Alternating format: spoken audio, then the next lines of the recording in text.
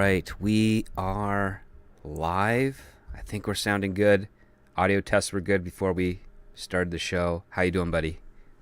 I'm doing great. Happy Saturday. Happy Saturday indeed. Yes, I'm doing pretty good too. I've been up for a very long time because I was on set today, which was fun, doing a little production there, and yeah, I've actually got kind of a fun announcement to share with everyone listening. Whether it's on It's no pants. It's no pants Saturday, isn't it? No pants. partly, I would say it's pants optional. Would be the more No, appropriate tell us one. what. I love news from you. What do you got, man? So, yesterday and today, I received a handful of emails. Not like a massive amount, but at least a dozen. About other people that have watched on the show. One it was a Patreon. Others were, of course, channel subscribers. Well, there's number of screenwriting communities throughout the entire interwebs, and one of them is called the Tracking Board. They're pretty decent. They have a message board community where they talk about scripts, stories, movies, all that type of stuff, like a lot of stuff that goes on here in this corner of YouTube. And they just recently announced that that website and the entire hosting platform will be gone as of September. The company was purchased by a larger company, and they're shuttering down the screenplay wing of that. And disappointed that entire group because now they need to figure out a place to go. So other people have kind of started up their own little message boards and their own little discords and stuff, and they're sharing links to other screenplay discords. And I perused the board. I know a number of those discords. I'm a member of a few of them, but they wanted something that was kind of different. And so one, actually, no, hold on. I got the message here. So 1, 2, 3, 4, 5, 8, 8 people asked if I could start a new Discord for the Tracking Board community and the people that are interested in screenplays, so that they would have a home where they could discuss screenplays and trade and exchange screenplays as well, as they did over here. And I mean, the irony is that we have this channel, this Script Doctor thing, has a Discord. This is how myself and Mac are broadcasting to you. We're using the audio of the Discord, so we already have the infrastructure there. And one of our other co-hosts, the wonderful Gums1983, big Discord guy also.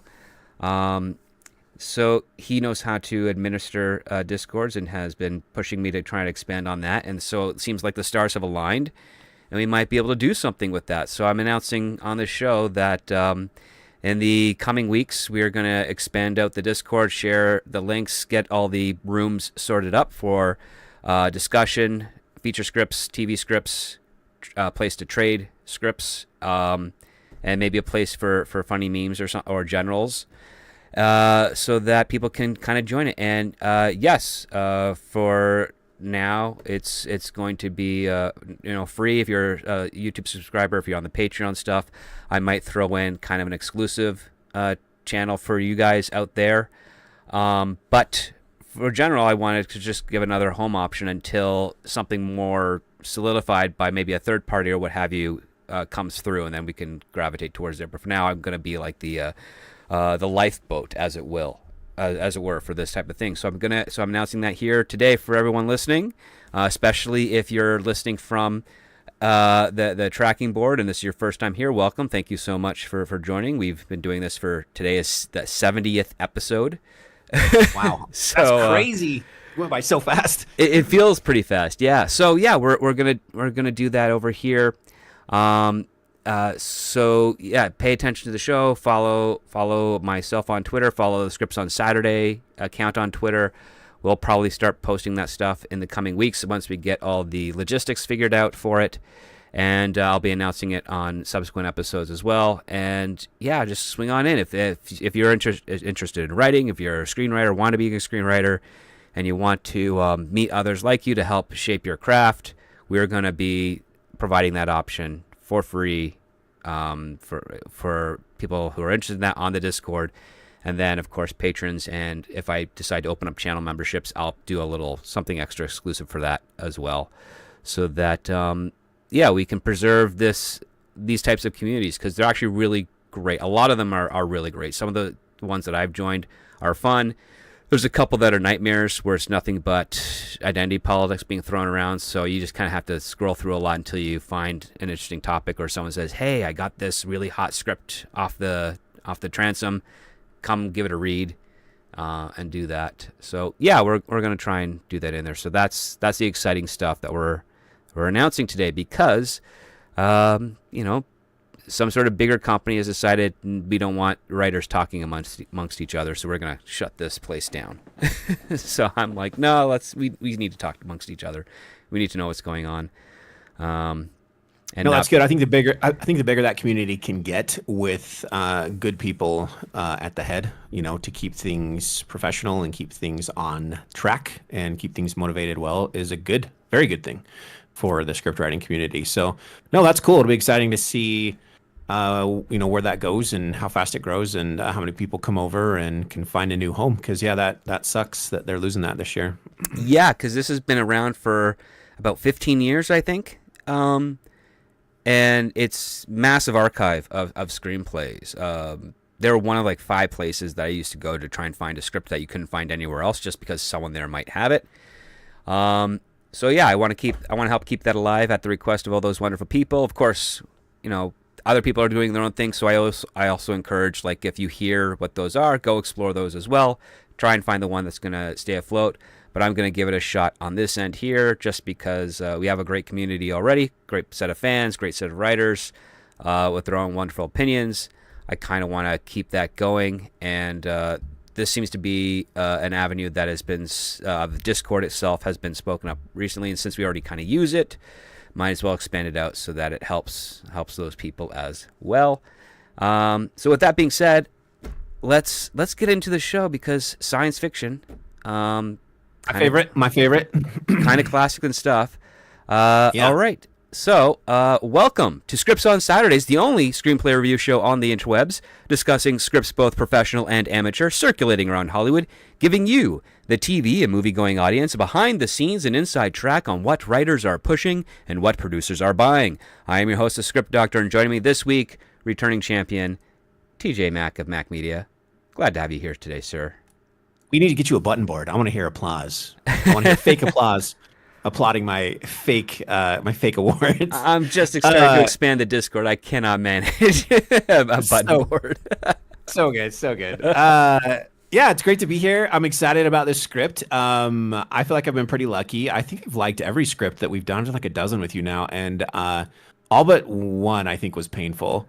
So I was excited. It's always like a new Christmas present to open one of these up and be like, okay, am I going to like it? Am I going to hate it? What do we got here? And I was very pleasantly surprised. Tonight's script is written by Mark Townend. I checked him up on IMDb, yes, and he does have some credits on there.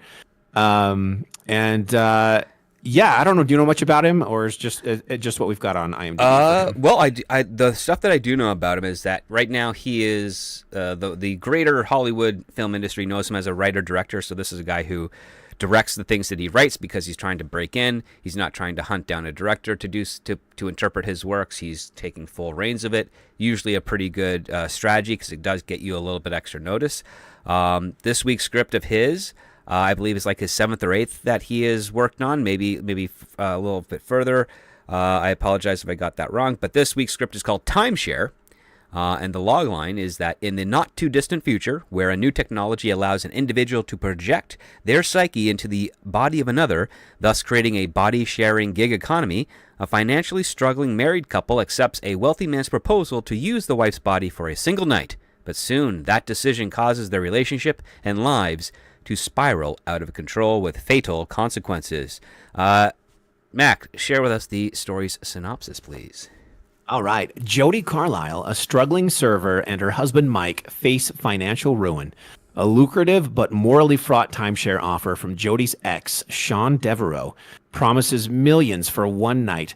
As Jody grapples with the decision, Mike's insecurities start to spiral. When Sean is murdered, Jody is framed, risking life in prison. Desperate to clear her name, she uncovers a web of betrayal. Who used her body to commit the crime, and can she prove her innocence before it's too late? Yeah, so Yeah. Crazy, right? It's So we get a yeah, yeah. indecent proposal sci-fi script of sorts.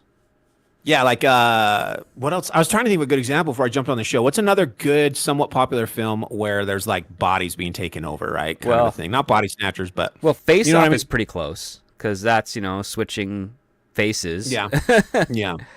um, Yeah, I guess that's true. But yeah, it's like you can control someone else and jump into their body. So it's kind of Matrixy, I yeah, guess. Um there was a Netflix show. Anthony Mackie was in it. That sleeves were the term that was used for swapping into different bodies. I can't remember the title. It's escaped me at the moment, but that kind of used something similar. You could just pop into another. Oh, was that like 5 years ago or more? I think Yeah, I it was like remember 5 or that. 6 years ago. It's really hard to Okay. remember a good We suck premise at that this. has a terrible execution. We suck at this, but you get the idea. You get the idea. So you Yeah. can basically Uber your way into someone else's body. They put their body up. They get paid for their time. You could jump into their bodies. So the film opens. I like it. Starts with just black, and we hear we hear running, gravel, heavy breathing, and we have a jogger, a female jogger that's running in New York, in New York City, right? We're in. I Can't think we're in remember. New I York. think this Yeah. is Upper West Side is where this happens. Yes. Yeah. So I like the opening. I love this opening where it's just get into it. Let's have something happen. I love a good hook. I love jumping into the action. So she stops for a moment to check her phone, do some stuff, and then what happens? Script. The taxi or Uber that's just adjacent to her, the entire roof caves in because something has fallen from the sky and impacted it with tons of blood. And there's this very peculiar broken geometric gold bracelet that is like part of the the scene itself, very focused on. And then we kind of that's our gimmick. We come in tight to that gold bracelet. There's some blood on it, so a body's clearly fallen onto this. And then we cut to a commercial. I love it, right? We cut right into a commercial. Like RoboCop. Yeah. It's what it kind of felt like, right? And I'm okay with this. It breaks it up and it gives us a taste of this world, right? And what we're seeing is, I think it's like a grandmother doing it's one of the timeshare commercials. They're promoting their product. And but yeah, I think like RoboCop, when they would cut to the, what was it, the Sucks 2000 car? I can't remember what it was. The SUX 2000, I'd buy that for $1. Here's the war that's going on in this world, and here's our new space laser that's targeting the country from space and nuking it from above. Good stuff. You remember it much clearer than I do. But yeah, it's like that, but not that tongue in cheek, right? It's not that. This is like but it gives you a taste of this serious sci-fi, like, here's our product and here's how it can benefit you. And they do another commercial later. In fact, they might do two more commercials and then some news coverage of the tech. Yes, some like skipping through, and she's doing the research. We'll get to that. But so they do a really great job. He does a really great job, the writer, as of peppering in throughout like the product, right? The product, very and the believable. rules. Yeah. The rules around it. And so yeah, I love it. I love this intro. In fact, overall, I'll say it right now, I love the pacing of this script. Very happy with it. Never got bored. I think it's well written. It's nice, and it's chopped up in the way that you're just getting little bites of it, right? So you never just get hit with a wall of text or something that just makes you go, ugh. So anyway, so then we cut from the commercial to our to Jody while she's on break at work. Yep, in Brooklyn. So then we meet Jody. So how would you describe Jody? What do we have here? Well, like she's described as kind of being she's in her early to mid 30s. She's a server waitress.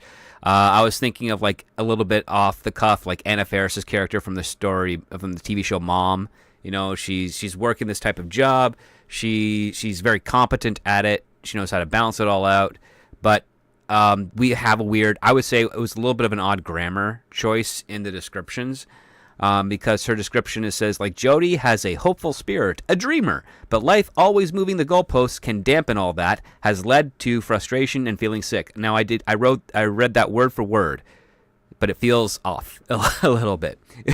that whole, but life always moving the goalposts can dampen all that, has led to and feeling stuck. So grammatically, it's pretty close to fine, but when you read it out loud, when you process it in your head, it feels like it doesn't flow that well. But she essentially what the writer is trying to convey is that even though she has a positive spirit and life has thrown a lot of negative curves at her, she she's trying not to let it affect her, but she feels frustrated and disappointed as a result of that. Doesn't this describe everyone in their 30s that's not inheriting a bunch of money, though? Maybe. I mean, but that's okay. It makes the character very relatable. Yes. But yeah, and then the key takeaway here is that she's wearing a server uniform, right? Mm-hmm. So clearly visually because it's hard to get all that visually, right? But we can see that as we read the script. But we have to convey this. But yeah, she's wearing a server uniform, and then we get some dialogue between her and a coworker / friend. Is Kelly? Because we don't see Kelly for very much in the script. This is her only scene, really. Yeah. Yeah. So, and they're talking about the body swapping technology, and could you imagine that commercial renting yourself? Yeah, the commercial out? We saw. Mm-hmm. Sorry, the commercial we just saw as viewers is also we see that it's the commercial that they just watched together, right? So we bring it out of that, and now here we are, and they're discussing It's a really clever commercial because you've got grandma like up north, and then you've got her kids that she's on the phone with talking to down south, and she's like, "Oh, I can't fly and get down there for the holiday. I'm so sorry. I'm just too old and decrepit," type of thing.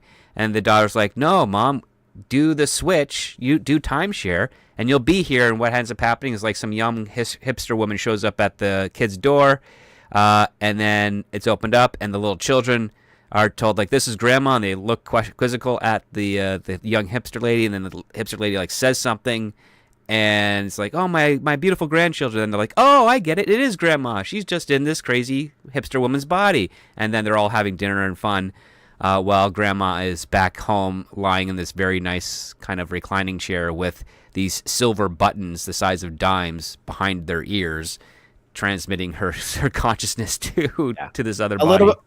A little bit more subtle than a spike into the back of your head, like on The Matrix. Yeah. You know what you talking about that made me think of was we were totally wrong on the commercial, Phil. It's not RoboCop. It's Total Recall. Remember the commercials in Total Recall? Yeah. That's better, dude. That's better. That's what these are like. So they're serious, but they're also a little bit fun, and they're also a little bit techie. So you're like, this would be kind of cool, but it's also slightly terrifying if this was a real technology in our world, right? Yes. So so I think that'd be a better analogy or example for that.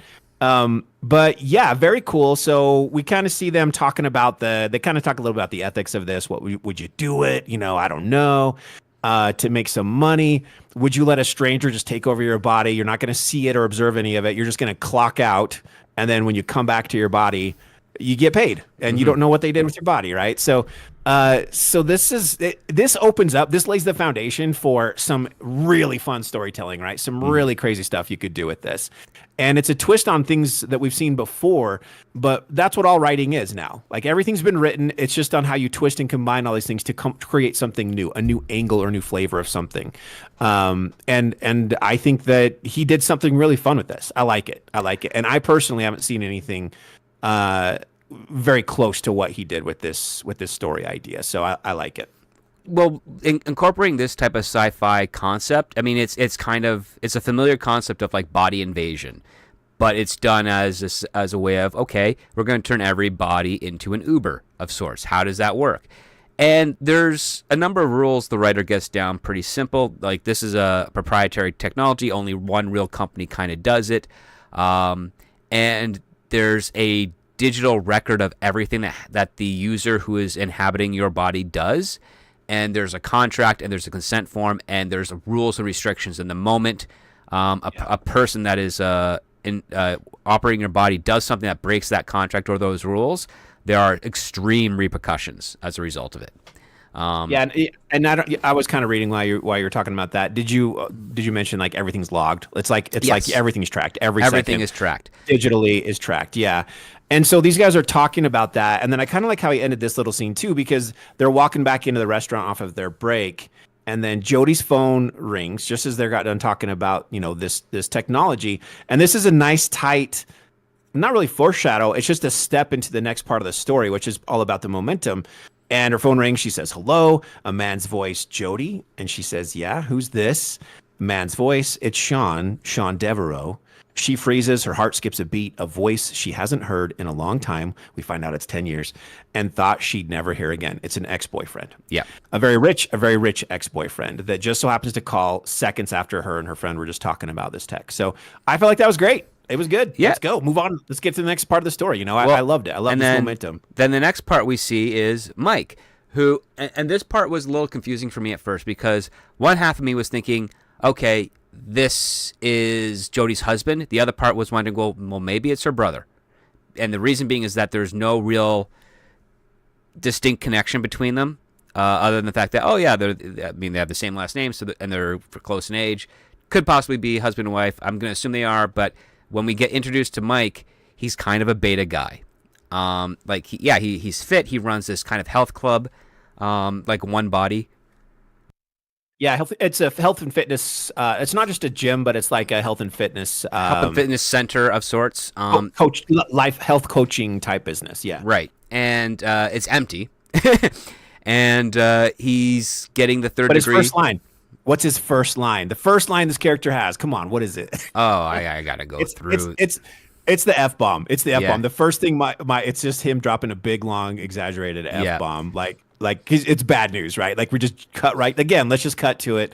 So I appreciate this, just jumping to it. And so Mike's in trouble. Business is in trouble, and he's having a discussion with somebody across the desk from him. I think it's a company accountant or something, or a partner. And giving him some financial advice. Well, he's basically saying like, okay, the IRS is after us for paying taxes on payroll. We have no money coming in. Your parents put up a second mortgage on their home to help you operate this business, and we have no customers.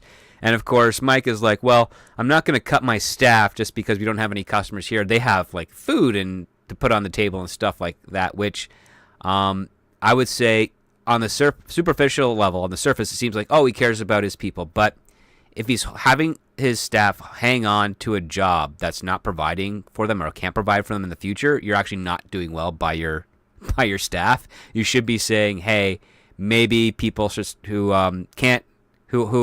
don't want to commit anymore to this, who don't want to stick it out, go find another job. I'll give you a great reference. If you qualify for severance, we'll give you the severance package, or we'll give you something to help you between times right now, but we have to downsize if we want to try and survive so that we can rebuild and expand again. Instead, he's like, no, I'm not even going to tell my staff that we're in trouble, even though it's quite obvious.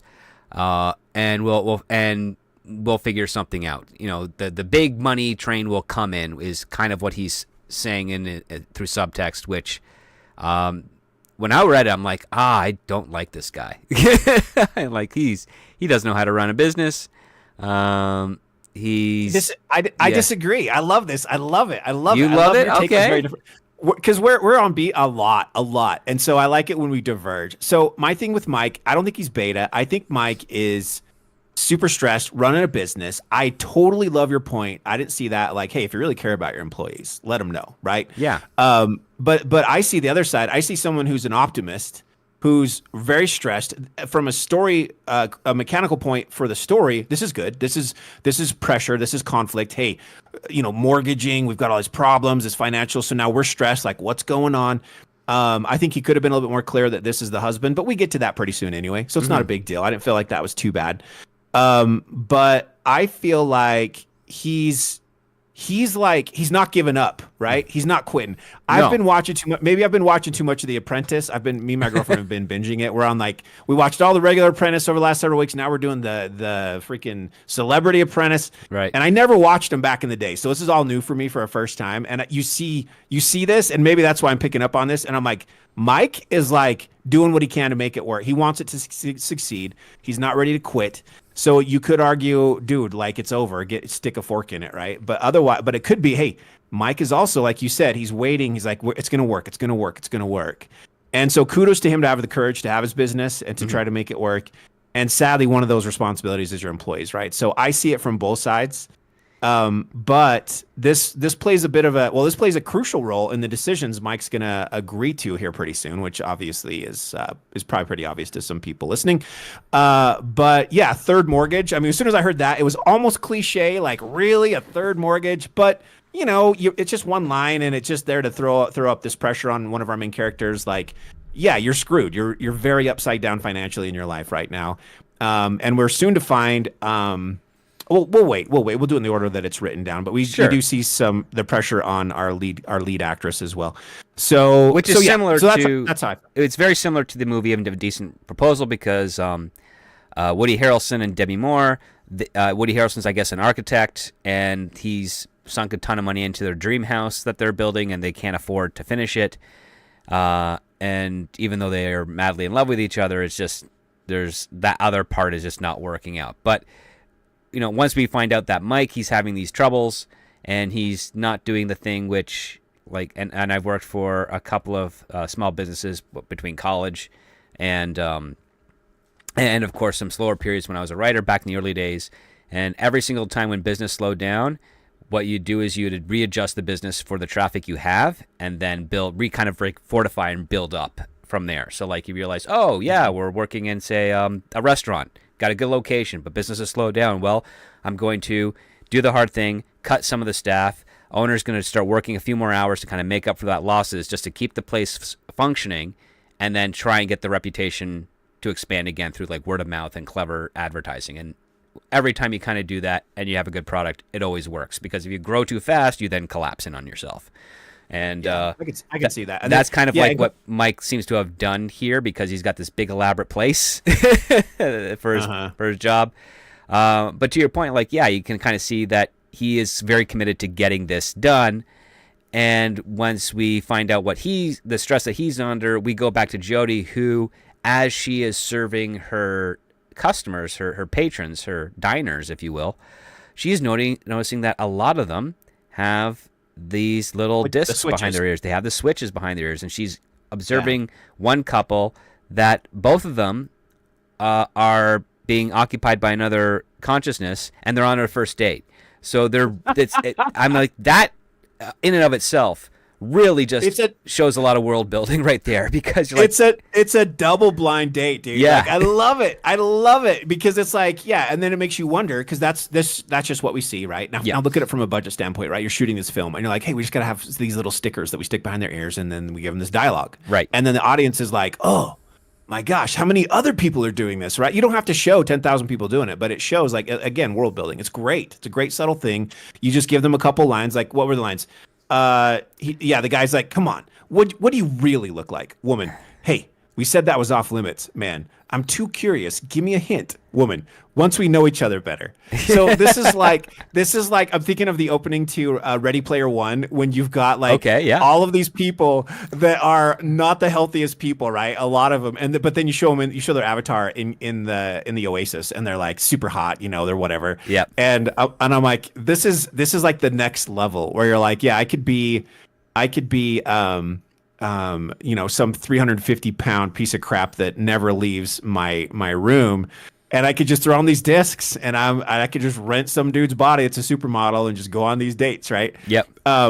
Anyway, sky's the limit. It's kind of creepy, kind of weird, but it's fun. This is sci-fi. That's what makes sci-fi cool. Is you're like, what if, right? And this is a really good what if. I was very interested in this world building. This is pretty cool. And a good explanation and a demonstration of what you could do with this type of technology. Because again, we get peppered out other commercials, like some people who are bound by a wheelchair, they do it so that they can walk. Old people that like to do hiking do that. Some people that you could, if you are say a master with your hands, but you're 90 years old and you can't use it anymore, well, you can go into a young body, and then you have those faculties back, and you can continue your craft for several more years. It would be so cool. I mean, there's so many things you could do with this. It makes VR and stuff we have now just look stupid. Yeah, and it's kind of like Neuralink to a degree, where Neuralink is allowing people with paralysis to be able to speak for the first time and interact with, they're no longer trapped inside their bodies in the same capacity that they were before, because they've now got this new technology that. Did you see that video of that girl that has the prosthetic arm and the hand, and it's all wireless, and she takes the hand off, puts it on the table, and she can control it and makes it start walking across the table? I have not. That sounds terrifying. No, it's really cool. I didn't mean to Yeah. make it sound terrifying. It's really cool. She's just showing because it's wireless anyway, right? The Hmm. hand itself is wireless. It's going off of the things that are in her. I think it's plugged into her brain. Look it up. Anyway, I saw a video on it last week, and she was doing like an interview, and he's like, "Wait, you can do it wireless?" She's like, "Yeah," and she takes it off and sets it down. I think it's real. I hope it was real. AI is getting so good now. Maybe it wasn't, but I think it was real. Anyway, it's very cool. But yeah, imagine like you've got a Make-A-Wish, you've got a kid who has cancer and is 8 years old and will never, loves hiking and stuff and will never be able to do that. And so you pay and someone who's like an expert climber who's doing their fifth climb to Mount Everest, gives that kid the last leg of Mount Everest or something, right? Like the last 4 hours Something of like the that, climb, he yeah. gets to do it. Like something like that would be so cool, right? Like you could do so many things with this. So anyway, enough nerding out about the cool tech. Like very neat, very simple, very easy to do for filming the movie. The budget for this, we can talk about it now, I guess. The budget for this, what did I ask you? I guess, could you do it for 10? And what did you say you could make this for? Between 2 and 5 easily. Yeah, because there's not much. There's like hardly if any CGI. Maybe the body falling on the car and the car exploding. Maybe CGI that. I don't know. Yeah, no, you But can get collapsible cars for pretty cheap. yes, so you don't have a lot of locations. You don't have a huge cast. You've Yep. got and then you've got the way you take over bodies. You just grab a different actor and say, okay, now you're this guy. You're the bearded guy in the restaurant we're about to talk about. Yeah. Like stuff like this that you can do. And so this is, man, this has to get picked up, man. This would be, and you don't even have to have a super famous cast. You could, of course, bring in some more money, but you don't have to. You don't have to have a huge famous cast. This is a good idea. You just put some great actors in this and direct it well. And it's going to be fun. You have to have some awesome costumes because we get to that later too. It's some fun. There's some. This doesn't pull the punches when it gets to some of the sexuality. We're getting to that actually here really soon. Yeah, because so Mike's had a bad day of sorts, learning that his business is going under. He swings by to Jody's place where, of course, because he's, friends and family, he's going to get a discount on a meal. And as he heads over to the bar to get something, he watches his wife work, and he notices that she's very chipper and sometimes flirtatious a little bit with the guests, which causes him a little bit of pause. But it's also what waiters and waitresses do in order to, make sure that the service is good, but also try to, elicit a little bit extra tips, which is, what have you. But it's interesting that when the script kind of dictates that, he's uncomfortable with that behavior from her. And this is our first seed of the issue with between Mike and Jody. Yeah, first foreshadowing, but you don't know it's foreshadowing because it's actually a very natural thing. You see your wife like kind of being overly friendly with a, but that's part of the business. It's a customer. It's not, in it? Not just on the, it's not like they're out in the party and then all of a sudden they start sitting on the lap of another guy. Right. If you've worked in the industry or dated someone who does, you know that this is just kind of how it is. And so, but we will get more into that in a minute. So, Mike, I guess that's pretty much it. Let's go. So then we cut back to their apartment, right? Yes. So he goes home early after he eats and he's waiting up for her and he's very tired. And she comes home really late. Well, now what's fun is that before she finishes her shift, her coworkers are like, "Hey, you want to come out with us for a drink?" And she thinks about it for a little bit, but then decides not to. Goes back home, and then of course Mike is like on the nod, about to pass out, but he perks up when she's there, and they get frisky. And she's like, "I've been on my feet all day." He's like, "I don't care," and they just kind of go to town. And then, I don't know how much we can talk about this stuff. Most of our scripts don't go to these levels of details. Yeah. So anyway, so let's pause right there. So I want your advice as the script doctor on a scene like this. First of all, what's our rating? What are we going for in a film like this? We could do this for PG-13. There's hardly any language aside from the sex. What would you think would be better for this film? PG-13, rated R. Which one? PG-13 on a marketing standpoint, a lot easier to advertise to a broader audience. The only way you could do it for rated R is if you're really going to have fun with the romantic conflict of it, the illicit conflict of it, which isn't that important to the plot. Which really isn't. I'm like, so why? Yeah, I mean really you don't really need much of it. The other way, of course, is you skip all that together and you just put it on a streaming show and that. So could you say like she's like I don't know. I'm not going to say that line. I don't know what the rules are on YouTube. But he could just say some cheesy little line as they're starting to make out in the kitchen, and she's like, "What?" And he's like, and then he just goes down out of frame, and then that's the end of it, right? We could do that for PG-13, couldn't we? Yeah, of course. Heck, even movies that are PG did manage to pull that off way back in the day. Okay, so that's we don't need to. It doesn't need to be too gratuitous. I agree. I think we should do this for PG-13 if it was me. But hey, it's always fun to write a script like that, or write a scene like that. So then I'm scrolling down. We're only on page 11 of the script. Yeah, this thing's moving right along. It does move right along. What ends up happening is like Jody reveals that her ex Sean called, and it was to invite both of them to dinner. And she's. Mike knows a little bit of that story, not a whole lot. Jody hasn't really said much. We find out that it's been like 9 or 10 years since she last saw Sean. And she does say to Mike, like, yeah, he's really rich. And so Mike, the first thing Mike goes through is like, great, he's paying for dinner. To kind of show where his mind is at. It's not so much like a catching up or maybe even raising an eyebrow as to why out of the blue is your ex-boyfriend calling you. As soon as she mentions that they want to take them out to dinner, he's like, "Oh, free meal." I thought that was kind of interesting. I think he's a little hesitant. I mean, because we've already seen, and it's not written in dialogue, but I think you could see him kind of maybe. If I was directing this, I'd have Mike kind of being like, the whole comment about him buying is him covering up. You could see him kind of uncomfortable with this. But yeah, so then we cut to the date. Well, first of all, when they cut to the date, she is dressed to the nines, right? She looks super hot in a super sweet dress, right? Yeah. Killer dress. It's described as a killer dress. A killer dress, not necessarily, meant to seduce other people, but definitely, on point. Mike even raises a question of like, do you think that Sean still carries a torch for his wife? And Jody's like, no. But, it's kind of, I don't know. I think it's crazy. Like that's kind of what she's trying to convey to Mike. And, yes. So, yeah, they agree to go to the dinner. Jody's dressed to the nines. Mike's actually dressed quite well. And then we get introduced to Sean, who he looks pretty good, but the script clearly points out that there is something going on beneath that makes it look like the energy's been kind of zapped out of his body. And then we meet Jacob's wife. Sean's wife Shelby, who is like also kind of like pretty attractive too. An eye catcher. Well, of course, he's rich. He's not going to have an ugly wife. So here's there's a word on here I've never seen before. So here's the quote. Sean is effortlessly charismatic, winning smile, exudes a mix of Zen. This is the word Japandi, and Wall Street. What is that? Do you know what that is? Is that new to you? I think Japandi is like a fashion style, if I'm not mistaken, like feng shui of sorts, maybe.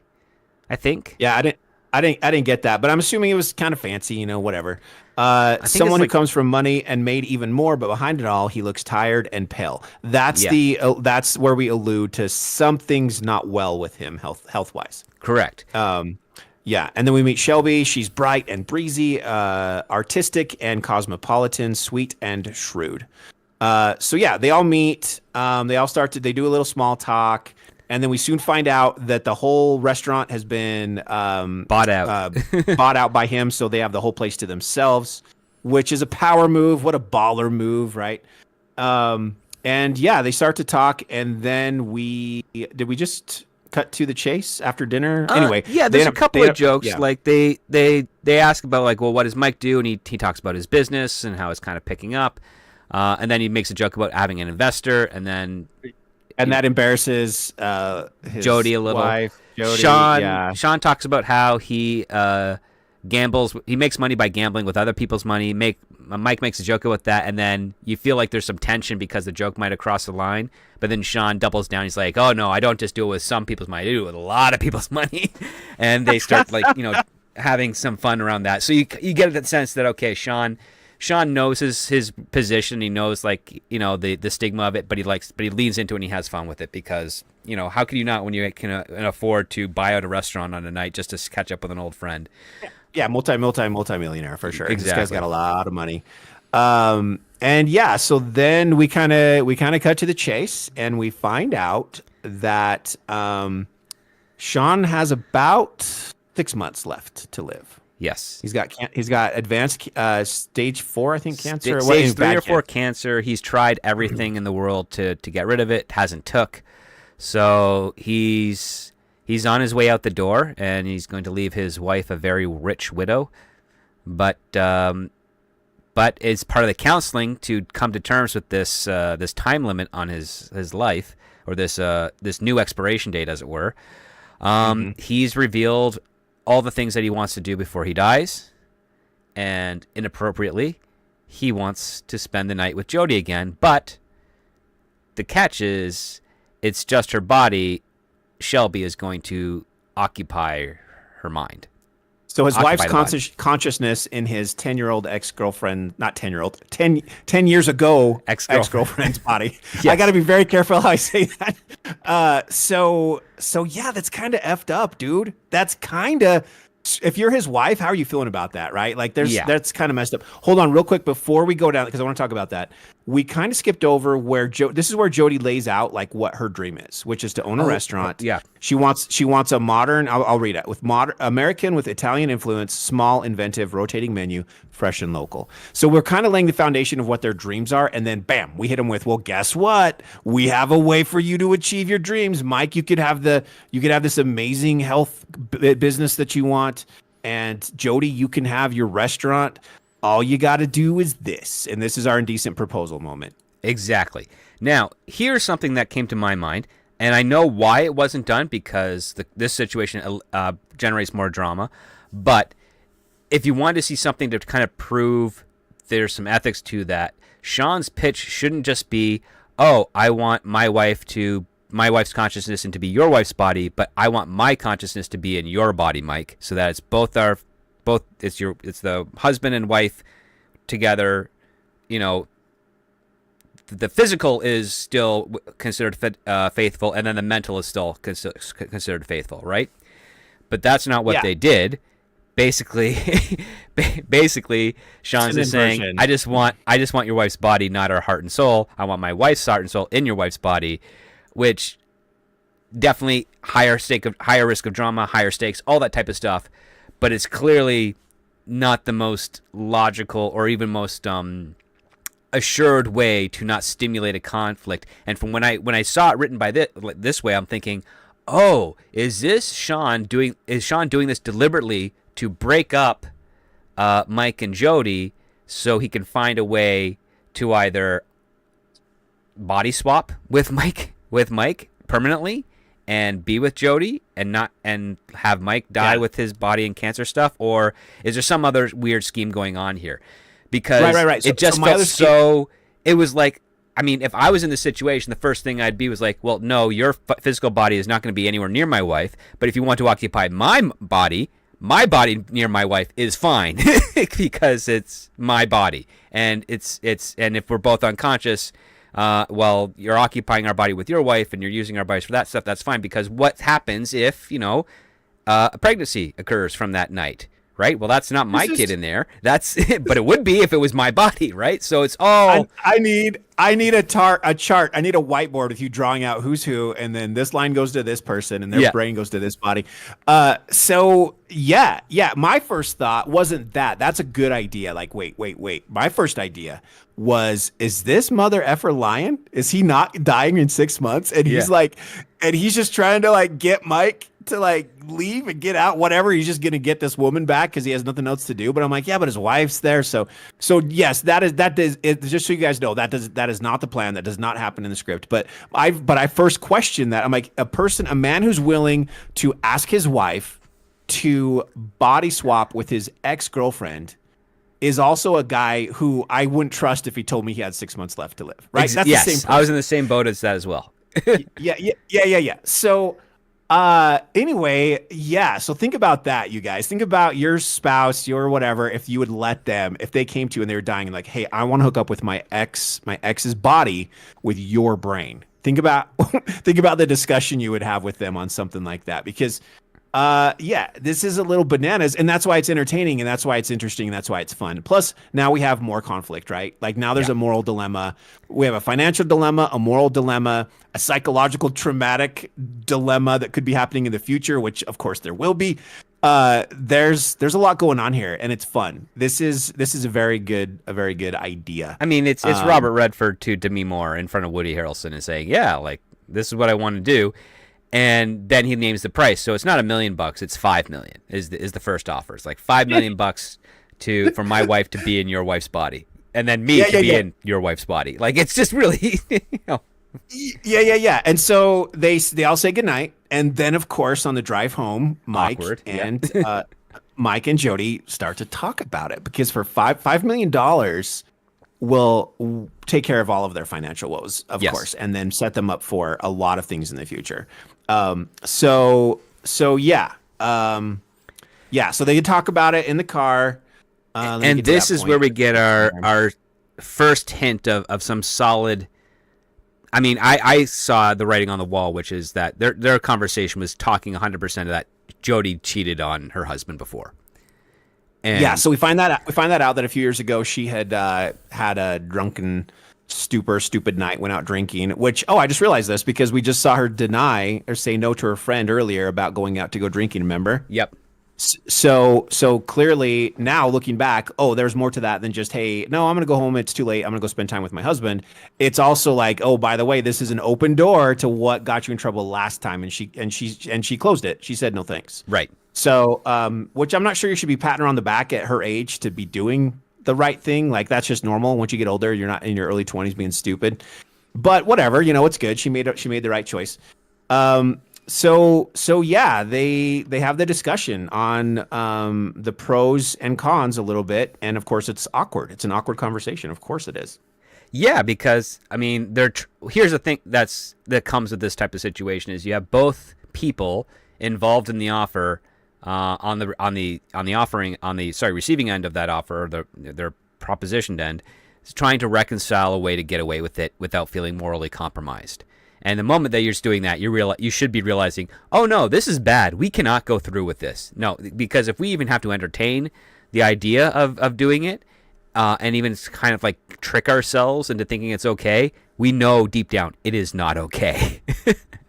and that's what I like about like sci-fi of this nature, where it's not in space, necessarily. It's not, on another planet or whatever. It's basically using a type of technology that doesn't exist but has a plausibility to it, and then having that technology shape the decisions of the people within that world to basically explore the human condition. And right here, the human condition is, well, what is really cheating in this situation? Because it's not her, it's just her body, but it's not her mind. She has no recollection of it. She'll have no memory of it. There are stipulations in place where there are certain rules that have to be abided by, so there can be nothing done that is not approved by the host who is being occupied. And so there's all these caveats to it, but it all is done to kind of bury the core principle, which is that someone else is using your body for their own personal gain. Yeah. Oh man, it's so crazy. Like I would rent out my body if there's someone that's a gym nut that just likes working out all the time, so that I don't have to go through that suffering. Hey, Script. Pause real quick. We do have it's kind of time sensitive. We've moved past already, but let's not move further past it. Is you had a super chat? Oh, we save those to the end of the shows. They're banked here. Don't worry about it. Okay, good. But they answered our question about what that show was you're thinking of with the body swapping thing. Okay, so great. No worries. Well, thank you to them. But yes, we'll address that at the end just to keep it nice and tight. But thank you so much always for the support out there who are listening on the live show. Always appreciated. Never required. But thank you. But we'll get to that at the end. Thank you so much for also answering that question. We now know that answer, but we're going to give you the attention of that when it is time to give you the attention of that, and we're excited for that. Okay. Awesome. I can feel you leaning into the mic when you say that. Hey, okay, so one more thing I want to say. I want to read a little bit of the dialogue about them discussing it, like the awkward part, right? Sure. So Mike says, I mean, it's your body. Jody responds, it's our decision. And yeah, it is just my body, I guess. I'm not experiencing it. I wouldn't have any memory of it. That's how timeshare works, right? It wouldn't be me. It's physical, not emotional. So you can see them like this is like Satan, right? Just Yeah. really pulling you in. Justification, right? Like just a little, just a little. It's okay. We could probably talk ourselves into it.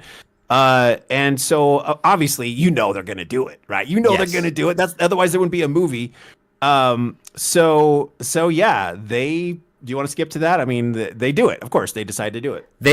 Before they decide to do it, they're contemplating a little bit more, and then Mike says, "Ask for 7," and it's like, ooh, Oh my God, that's the best part. Thank you. Yes. Yep. He's like, well, ask for 7. Once they've basically very subtly both decided, let's do it. Yeah, Mike out of nowhere, ask for 7, and she's like, what? Well, he offered 5. Counter was 7. yeah, Dude, I laughed out loud when I read that part. Oh my God, it's so funny. I'm like, well, yeah. I mean, if you're already gonna let some dude like, take over your wife's body, then, whatever, do this, then you might as well get paid a little extra. You know, he's got the money for it, and he's gonna be dead. So I would have doubled it. I'd have been like, no, 10. Tell him 10, and then let him come back and maybe counter again. But I would say anyway, 10 million, and you have to use my body when you're with my wife. there you go. And then it's a lot more acceptable. Exactly, because it goes back to my earlier premise. If it's still physically my body, but it's his consciousness in here, and then it's my wife's body, and it's his wife's consciousness in there, then you've preserved the line of fidelity. Because, it's he's with his wife, but it's with that wife's actual husband physically, as opposed to essentially a swinging type of thing. Yeah, but that kills all your conflict. You can't exactly. do that. It kills the conflict, which is why you don't make anything easy for your main character, which is why you have to hold it on to this. It would have been also a bit more interesting if there was some sort of reason where you said because of his cancer, his body can't physically handle the swap. That's why this has got to be the only way to do it. That's how I would solve that issue, so that you really up the stakes, because then you can start building more doubt, which is, well, is he really sick, or does he just want to get with my wife? Yeah, and I like that. And that the cancer could easily explain that. Like that's policy from the company, from Timeshare, that anyone who's terminally ill, or they have to pass like a health exam, and if they can't pass that, then it's not worth the financial risk for them to do it, right? Right. So yeah, I agree. I like that. That would have been a nice little extra layer to be like, oh, well, yeah, that's why they didn't do that. So yeah, these guys are gonna make 7 mil. They're just going to do a little wife swap for the night, and the end, happily ever after. That's the whole story, right? That's it, script. Exactly, except for the fact that when Jody agrees to do it, Mike gets a little paranoid and starts following them to the timeshare office, where she can't get inside. And this is where we see how much more power Sean has. He has bought out the timeshare office that day. Like, nobody's in there but the people that have to work there. And Jody and Shelby. They're the only ones in. And so we find out that this technology, it works like an ear piercing, but for the behind your ear. And if you do it once, there's no scar, because the piercing hole heals over and you're good. But if you do it over and over again, just like with an ear piercing, you're going to have a little indent in there. And that is a very important plot point presented in this script. And the other part too is, and this part I thought was kind of interesting, is that it's not an exact swap. It's not Jody going into Shelby's body. It's her consciousness is being suppressed as if she was put asleep, and another consciousness is now controlling your body and experiencing everything in every single detail. And I thought that was kind of interesting, because now you have your host body sort of like an empty shell of sorts. It's really kind of, it feels to me, it feels a little bit complicated, but the writer does do a good job of keeping it simple enough so that if you just let the story take you, you're fine. But if you start to really scrutinize it, it's going to start opening up, not necessarily plot holes, but additional questions that the script doesn't really answer, but you can imagine pretty easily that there is an answer for it. Yeah, they would just be distractive little niggles that will, like, they're pointless. So yeah, I like that too. Mm-hmm. We did, just real quick, I'm gonna hit this real quick. We did kind of gloss over that leading up to the final decision, she did do some research that night. She looked at her student loans. She was 130K in debt on student loans, and she was doing some research on the company. Right, she was doing some background on her ex-boyfriend, and she was doing some background on the company, and that's where we see them flash through some more of the other commercials. So she's kind of just like, well, if I'm going to do this, I want to learn a little bit more about this.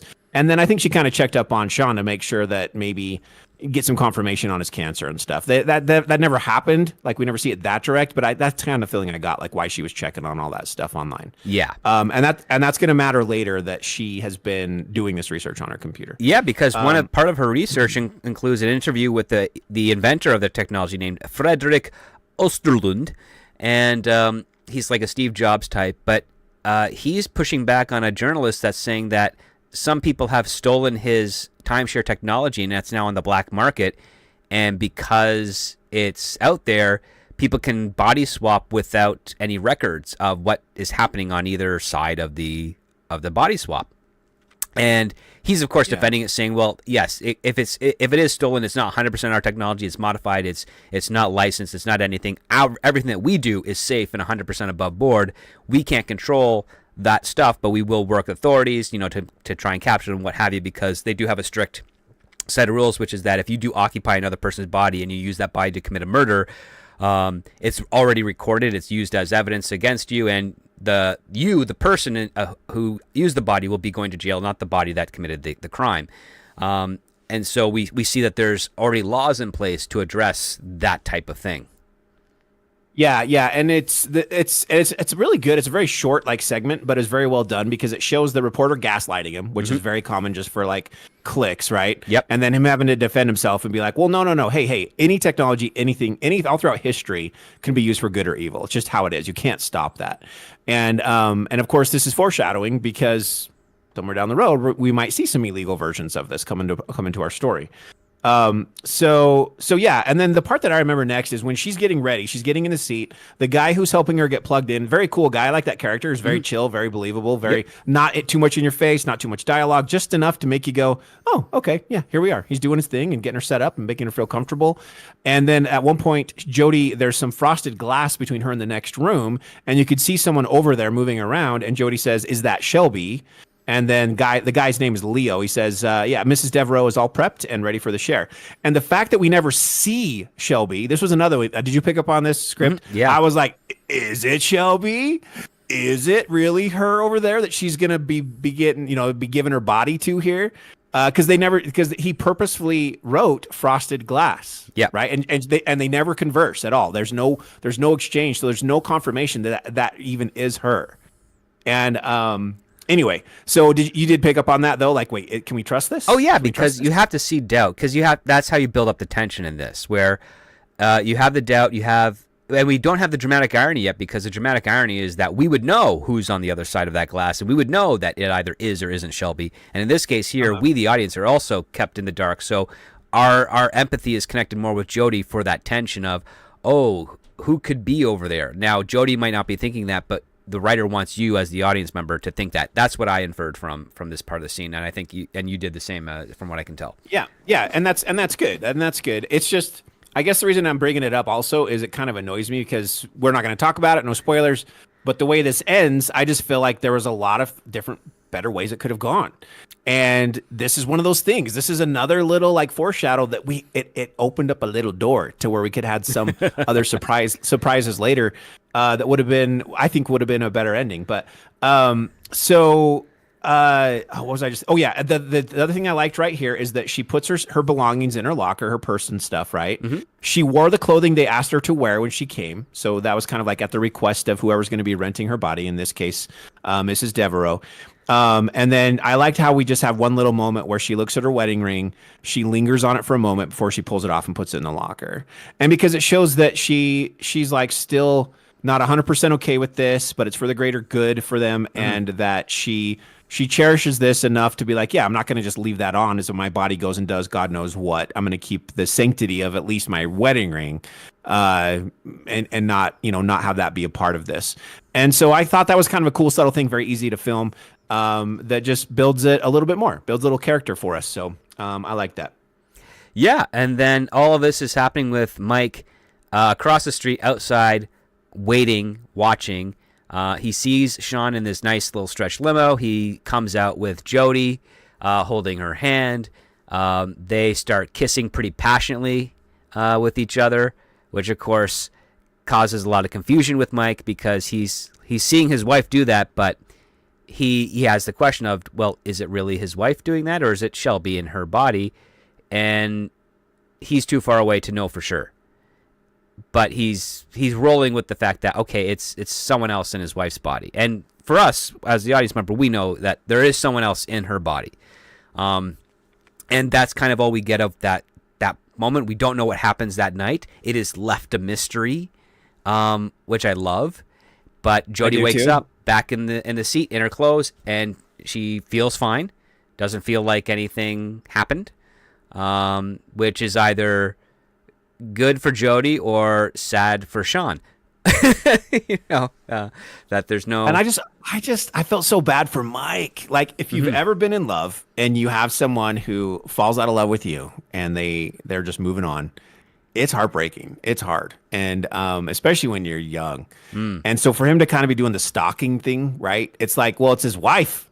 It's his wife, you guys. This isn't some high school crush, right? This is his wife. It's the worst thing he could have done. He should have just got blasted, blackout drunk, or he should have planned a trip with his buddies to go do I don't care anything than just sit at home and be like stewing about it. But again, right? This is good. This is like for us as the audience, we're like, oh, Mike, what are you doing? We're feeling his agony, right? As he sees his wife kissing this. And so it's great. And then, again, for this, there's so much great momentum in this. Boom. Next thing you know, she's waking up. That's it. She wakes up. Leo's there. Hey, how you doing? Welcome back to your body. All this stuff, and gives her a drink. And then she quickly after that checks her bank account, right? Yes. And she's got the money. She's got $7 million bucks in her bank account. Like, woohoo! And she got a thank you card from Sean, Mr. Devereaux. What a gentleman! Yeah, gave her a thank you card. No flowers though, no flowers, just a card. So we're left as an audience being like, well, thank you for what, right? Like, what happened that night? Yeah, we want to know. We want to know for us. Yeah, we want to know for us, but we don't want Mike to know because good hell, man, the guy's already under so much stuff. I remember I watched Indecent Proposal one time. Yeah, and I was like 14 or 15, and it was gut-wrenching for me. Just the whole like, hey, here's my wife for this much money. Will you do it? And I hated what's his face, Robert Redford. Was it? Yeah, Robert Redford's character, because I'm like, this piece of crap, they need the money. Don't do it. It's not worth it, right? It's not worth it. It's not worth it. And so this is just like, it's so good because I'm emotionally invested. It's like a soap opera that I don't care about soap operas, but stories like this, I'm like, yeah, I'm into it, right? It's okay. I'm into this. So anyway, what happens next, Script? Well, so she does a full body exam on herself and I'm not saying as an allusion to something else. In the mirror, she wants to see, like, was she cut? Is there any bruises? Is there anything going on? What have you? And she's fine.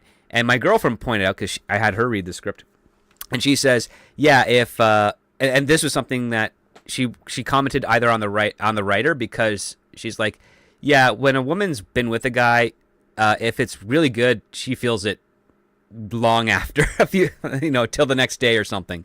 And the fact that wasn't pointed out, she was saying, well, because I don't know if guys know that, so I don't know if they did it or not right now, because if it was a woman, and then my sister later confirmed this was also the case, which that was an awkward conversation. Like, I didn't need to know Your that. Sister? But she was in the room. Like, she was visiting at the time. My girlfriend was reading the script, and we were talking about that's it. Hilarious. And then my sister chimes up, like, no, that's true. And I'm like, oh my God. But yeah, like, so, I mean, I've got two sources. Either they're conspiring against me, or that is the case. However, like, there have been times when my girlfriend has said, hey, can you just, like, pick me up and carry me to the washroom? I'm like, sure.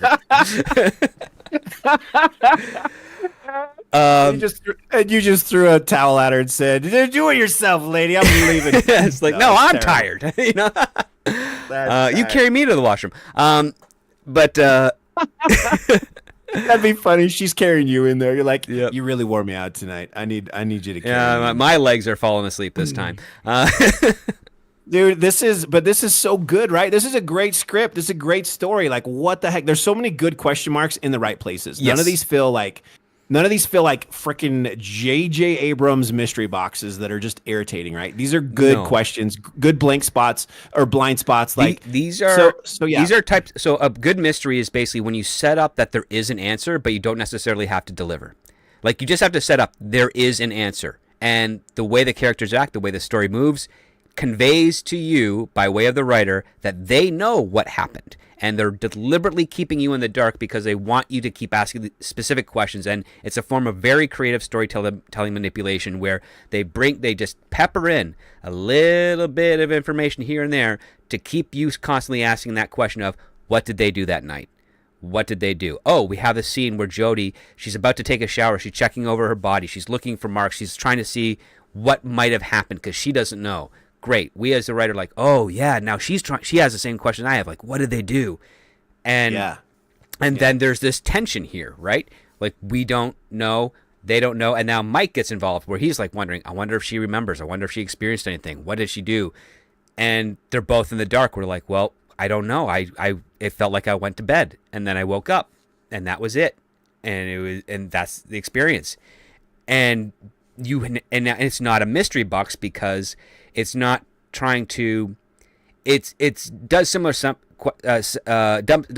functions of setting up questions, but a mystery box sets up questions of everything about what's going on around you because they want you to fill that box with those questions, and then when you open it and there's nothing inside, all you have are more questions, and that's what the mystery box is. That's why it's poison to storytelling. That's why it's a gimmick. That's why you don't take. There's a lot of parts in storytelling that you would take from kind of like salesmanship and retail strategies. Hoodwinking your audience is not one of those, and that's what a mystery box is. Where, as I say in one of my old videos, you take a bunch of junk that doesn't sell, you put it in a mystery box, and you put it at a price where you get at least a 10 or 15% markup, so that you can move the product, and that the shelf space that you have can now be used for more valuable things that sell. And yeah. Well, and I would say the difference is at the end of a mystery box, when you never get to open the mystery box, so you always feel cheated. You'll never know for sure what was in there, and that's what drives me nuts about. Well, what drove the first thing ever that happened, if we're going chronologically in my brain, is Lost. I loved Lost for like 3 seasons. I'm so sorry, and then, sir. and then it just got so weird and so convoluted. And then by the time you get to the end of the show, you're like, what? And then it took years after that for me to realize that this is the MO, right? And other people have been inspired and they copy JJ for that thing. And it's so frustrating to be like, no, one of the number one rules is don't mislead and cheat your readers. Don't make them feel cheated at the end. You have to have a payoff. You have to have a payoff because then they lose trust in you, right?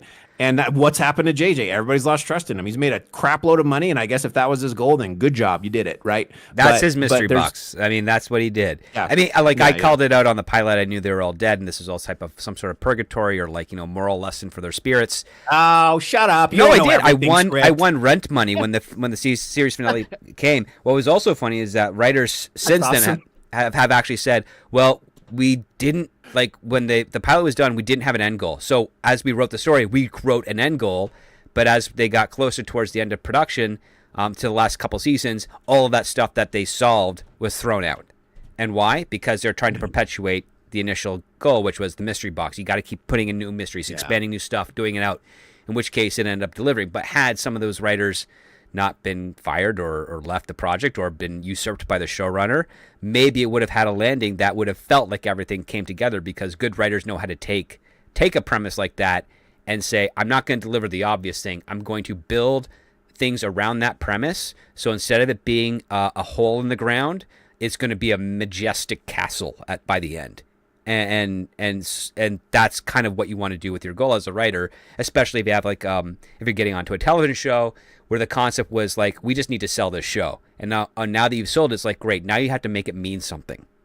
And yeah, no, I mean, I still remember Jack when he's like, we got to go back. We got to go. And I remember being like, what? Why? Like all that work to leave, and then they come back, and it was just there was so much good to that show. And it's frustrating with any show that you get invested in that you love that ends poorly. The final episode is not quite what you want. But the thing about Lost is it felt more like an entire 2 seasons of just getting lost. Sorry, no pun intended, but Yes. like getting cheated with being lost, right? You're like, what are you doing to me? This is BS. And you're just hoping, and now it's become so common, right? Where we get these total just screwy shows, or we get the bait and switch where it starts out first 3-4 episodes good, rest of it woke crap, right? Like no, we it started with Lost. That's the first major show that I remember being like, what? This is it? This is the ending? And it's like, well, it means whatever you want it to mean, like, oh my God. And that's a cheat too, because that's you as a writer basically saying, I'm not going to commit to an idea. And it tells me that regardless you're a of lazy writer. Yeah, well, yeah, but regardless of politics aside, I mean, it's the fact that you're not committing to an idea, you're leaving it up to them, you're doing a disservice to them. Like, even if you don't use any identity politics in it, and you still go that route, like, you're still creating a bad product at the end of the day, and a bad story, and it's bad art. And if you have all three of those that are bad, doesn't matter what politics you put in there, those things are going to be at the surface, and that's what's going to make the audience be upset. And you don't want to do that to them at all. And if you're still like, if you're getting close to the end and it's not right, rewrite it. That's what you do. If it takes 25 times, take a break, like The Sopranos did, to figure out how they're going to come back. Yeah. Yeah, and do it until talk about like an ending that pissed me off, man. Why'd you bring up The Sopranos? I know. But I mean, again, that show definitely stuck the landing. Okay. Yes. Here's the thing. Here's the thing about The Sopranos. Okay. This is. Good I'm gonna talk about this going on here. Just for a second. We're way off on a detour. We will bring it back. I promise. When I first saw the end of The Sopranos, I thought there's something wrong with my TV. Like a lot of people, I'm like, wait, did the feed cut? Like, what happened? Right. Then I rewatched the whole series. Get to the last one again. I'm like, that's BS. I hate it. Now that I knew what was going on. Right. Yep. And then the third time I watched it with my girlfriend, and we see that last episode. The music's playing. They're at the diner. The guy comes in, goes to the bathroom, and then this time when it happened, I was like, and this is also after I'd read the writers, or was it the showrunners, his reasoning for it. Like there's a whole thing an article I read about it, mm-hmm. and so then I watched it, and I was like, I gotta say, I was okay with it. I didn't love it, but I was okay with it because I'm like, it was lights out for Tony, right? So in a way. And I don't set this as a trend for stories and for movies, but in this specific thing, it's like we can assume the guy came out of the bathroom when he wasn't looking and shot him in the head, and that's it. And we didn't have to see the gore of it. We didn't have to see blood sprayed all over his family. We didn't have to see their faces.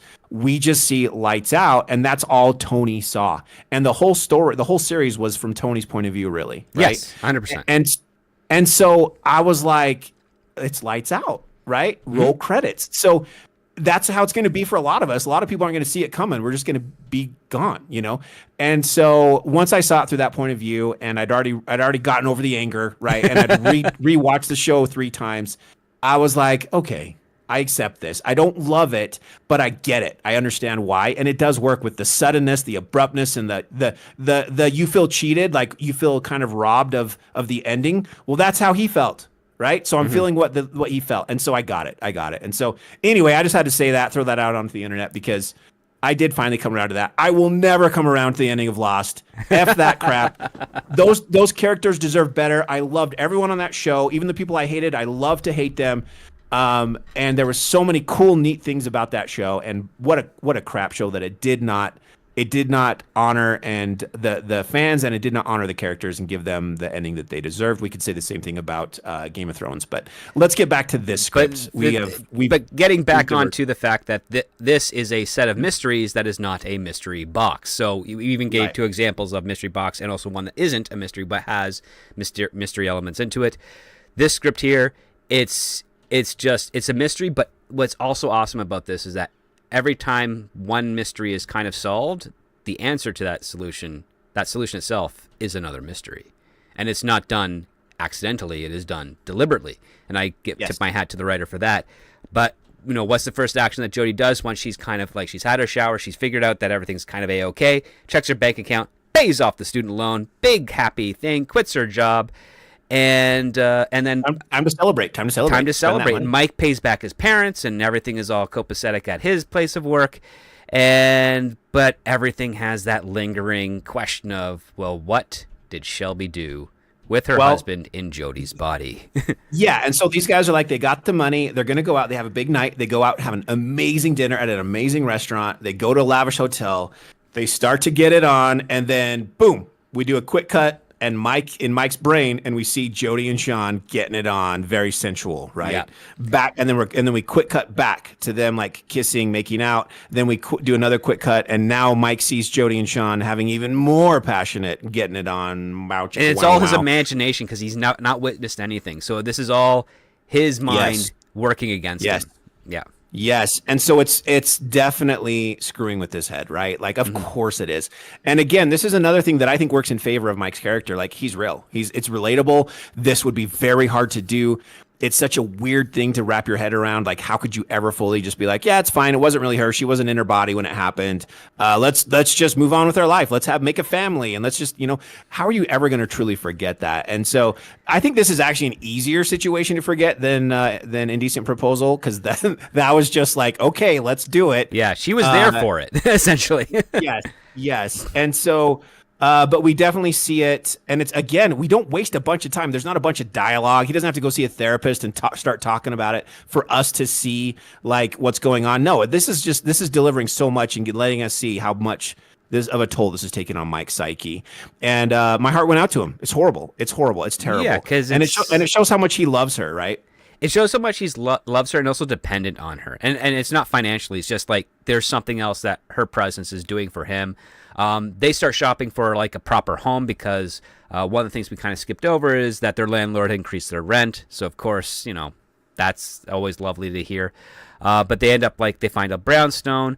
This is where we get another experience with someone using a timeshare because you've got this big, hefty kind of motorcycle guy coming in and he's the realtor, but the realtor is actually this woman on the other side of the country who is just using timeshare to try and close the sale. And it's funny because you've got, you're playing against type. You've got this physical presence that doesn't represent the industry with which we're familiar with. And they're saying all the things that a normal realtor would do to try and close the sale.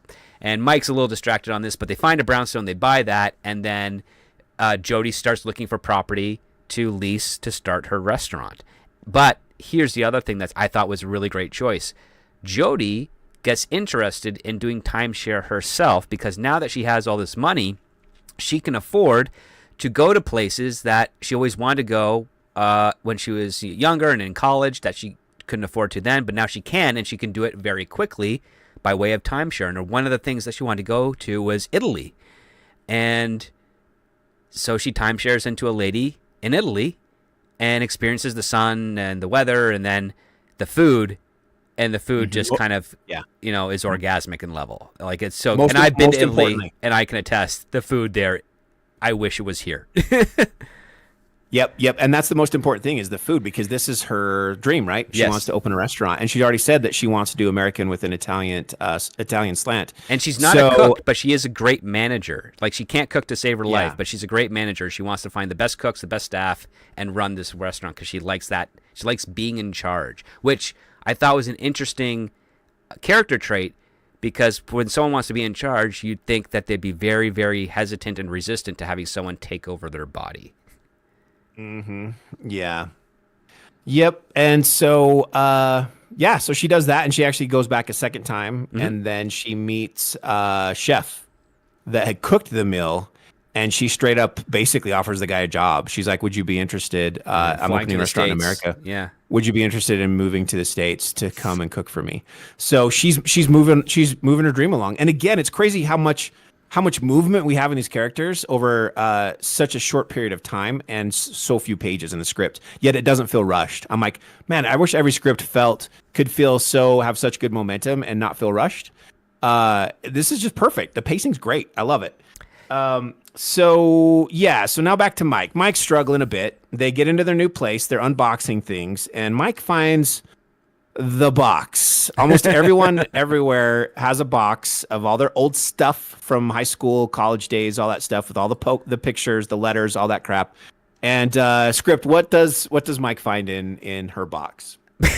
Great wording. That sounded so much worse. That sounded. But Okay, What I'll she say it like this. finds, yes. What does she find? I'll say it like this. I'll say it like this. What's in the box? What's in the What's box? in the box? Well, the box is old photos of her and young Sean about 15 years ago when they were dating, and some of them are normal and harmless. There's a couple that's a little sexy there, but no nudity, and it definitely bothers Mike that she is kept on to these things.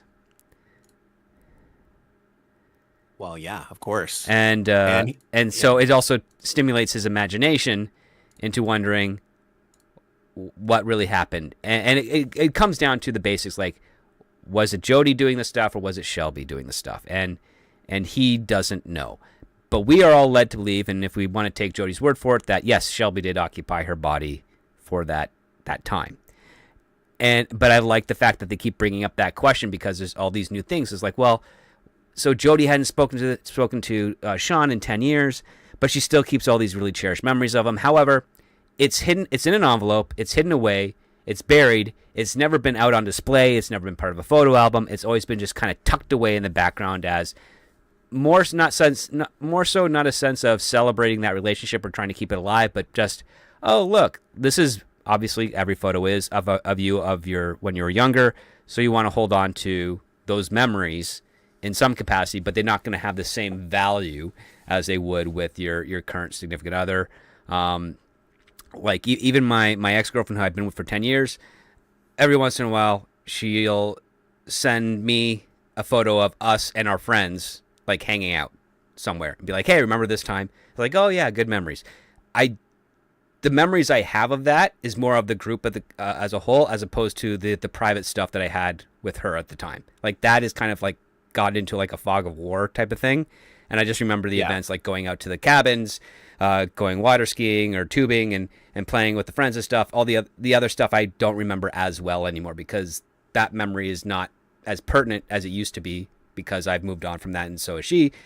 And at first my girlfriend got a little bit bothered from it, but whenever I leaned into like all the stories that I tell of that time, it had nothing to do with my girlfriend at that time. So then she realizes, yeah, that's... Oh, wait, I need to clarify. So she still will randomly text you sometimes with these photos? Oh, she does this to everybody. Again, she's the godmother to I'm the godfather to 7 of our friends' kids. She's the godmother, so we have that type of relationship. So the whole group, it's like a group chat thing. It's not individually to me. I get it. It's part of the group chat stuff.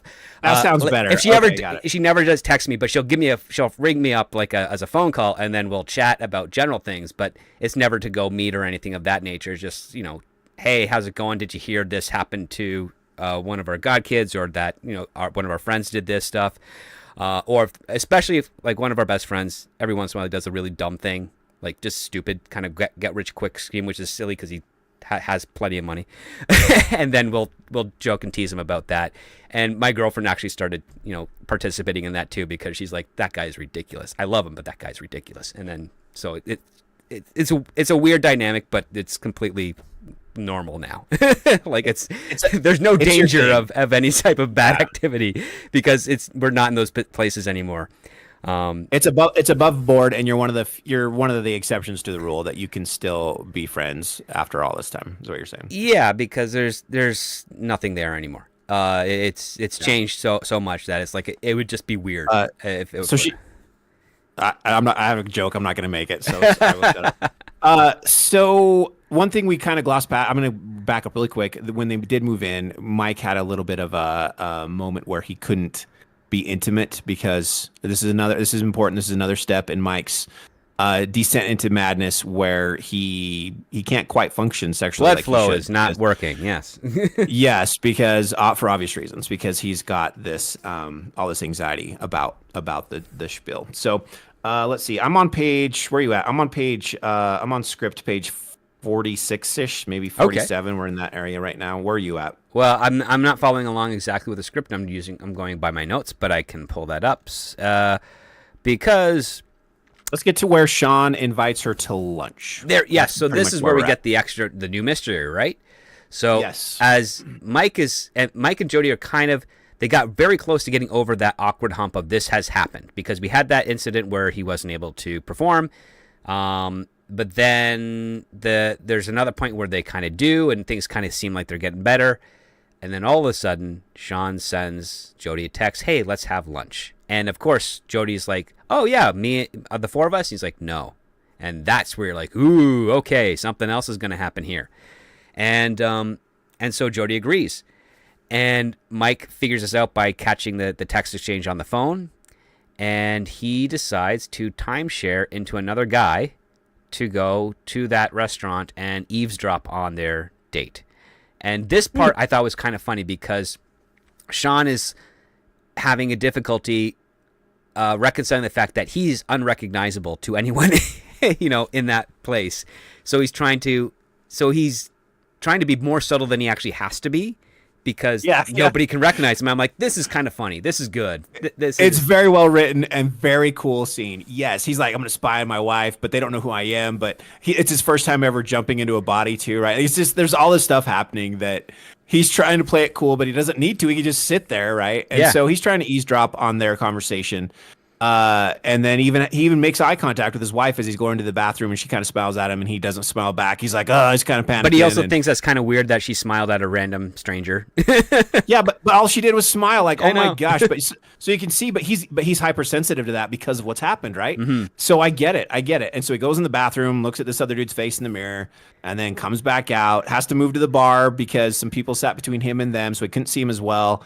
And throughout this, he's getting tidbits of their conversation, but yet the camera also at a few times, we as the audience do hear some of the conversation, but we never hear all of it. So there is more mystery here, right? And that was, again, this could have been shot so differently where we just have them with the camera and we see and hear all their dialogue completely, and we just see this weirdo in the background for just a second, like staring at them, and then we cut to Mike waking up, right? Yeah. So I think it's done well. I think this scene was done very well, where it's just enough from each side and leaves just enough unsaid that we're still left wondering, like, what did happen that night, right? Because he says something or alludes to that, like, did you want to know? I'm not going to tell you, kind of a thing. And so we're still not sure if he did tell her what happened that night or not.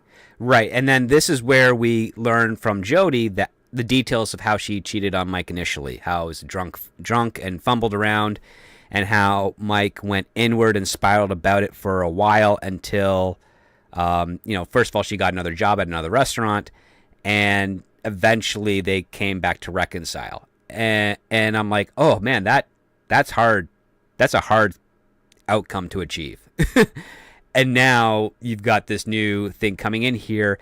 And what's interesting is that Jody is in denial of how much this is bothering Mike. Like, she recognizes it, but she's trying to say, like, oh, it can't be the same because the circumstances are completely different.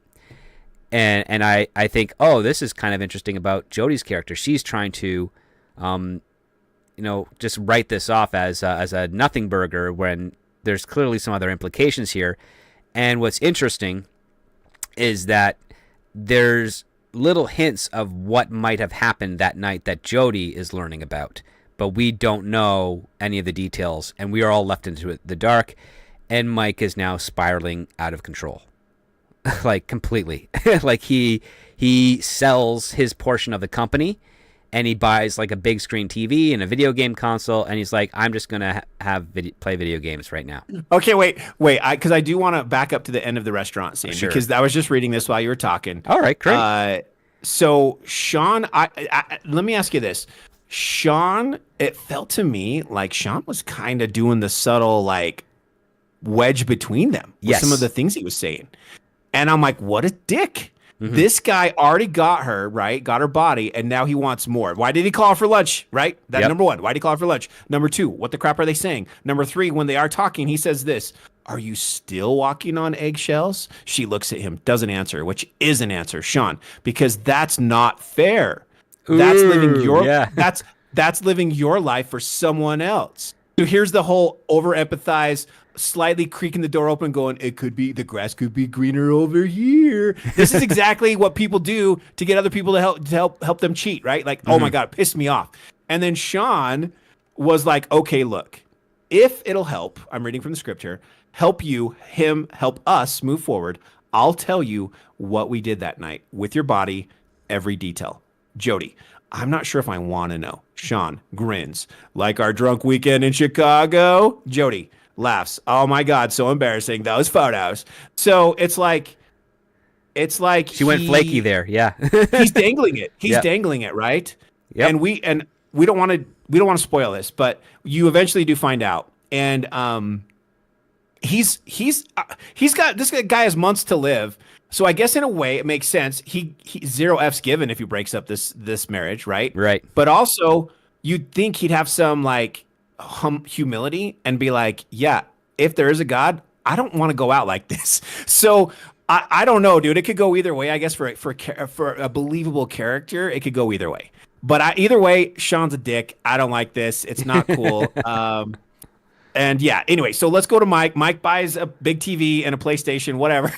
He's playing games. He's checking out. He is coping. He is avoiding dealing with his feelings. Yeah. Instead of buying ice cream and eating chocolate cake, he's doing what a lot of us guys do nowadays. He's dunking his head into video games. So I thought, again, it makes a lot of sense. Very easy to write, very easy to shoot, and very believable that that's what he would do.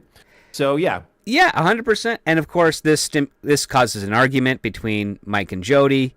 How Jody copes? Well, she goes back to Milan by way of timeshare, and Mike kind of dwells on this for a bit. And what ends up happening is, of course, Mike, he reaches out, he apologizes, he makes dinner for her, and they decided, okay, we're going to eat, we're going to get drunk, and we're just going to kind of put this into the past. Wait. We missed a big part before that when she comes home. I'm just flipping through the script. I know you got your notes. This is where the big confrontation. She comes back from lunch, and Mike was like, "Hey, so how was lunch?" Right? And she's like, "What?" And he's like, "Lunch with Sean." He's doing the mic drop, right? He's like, "I know where you were. I knew what you did." And she's like, "You were spying on me." And so that's the big blow up. And then after the big blow up, then he does the whole dinner like, I'm sorry. And that's the part that you were at. So that's a key moment. That was a big deal. Moment because well, it's a key moment because she recognized that he was the guy in the beard. Like you went to timeshare and you were in that guy's thing. Yeah. And now things are getting even more psycho. So it's like, yeah.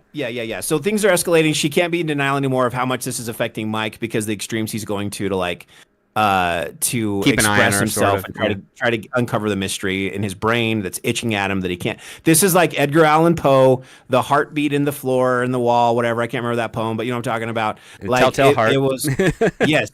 That's him. This is the heart getting louder and louder and louder, right? This is what's happening to him. And again, Mark Townend crushing it in this script. This is very well written, very good. You see the descent into madness, justifiable madness, because this guy was a part of this that let it happen, and now he's paying the consequences. And I love that it wasn't. This would have been bad enough if it just happened, but the fact that she cheated a few years before and he got over that makes it just even better. That's good writing. That's like one more extra thing to make us feel more empathy for Mike and for this to be the stakes to be a little bit higher. And so great. Those are what make good stories, dude. Is these little details.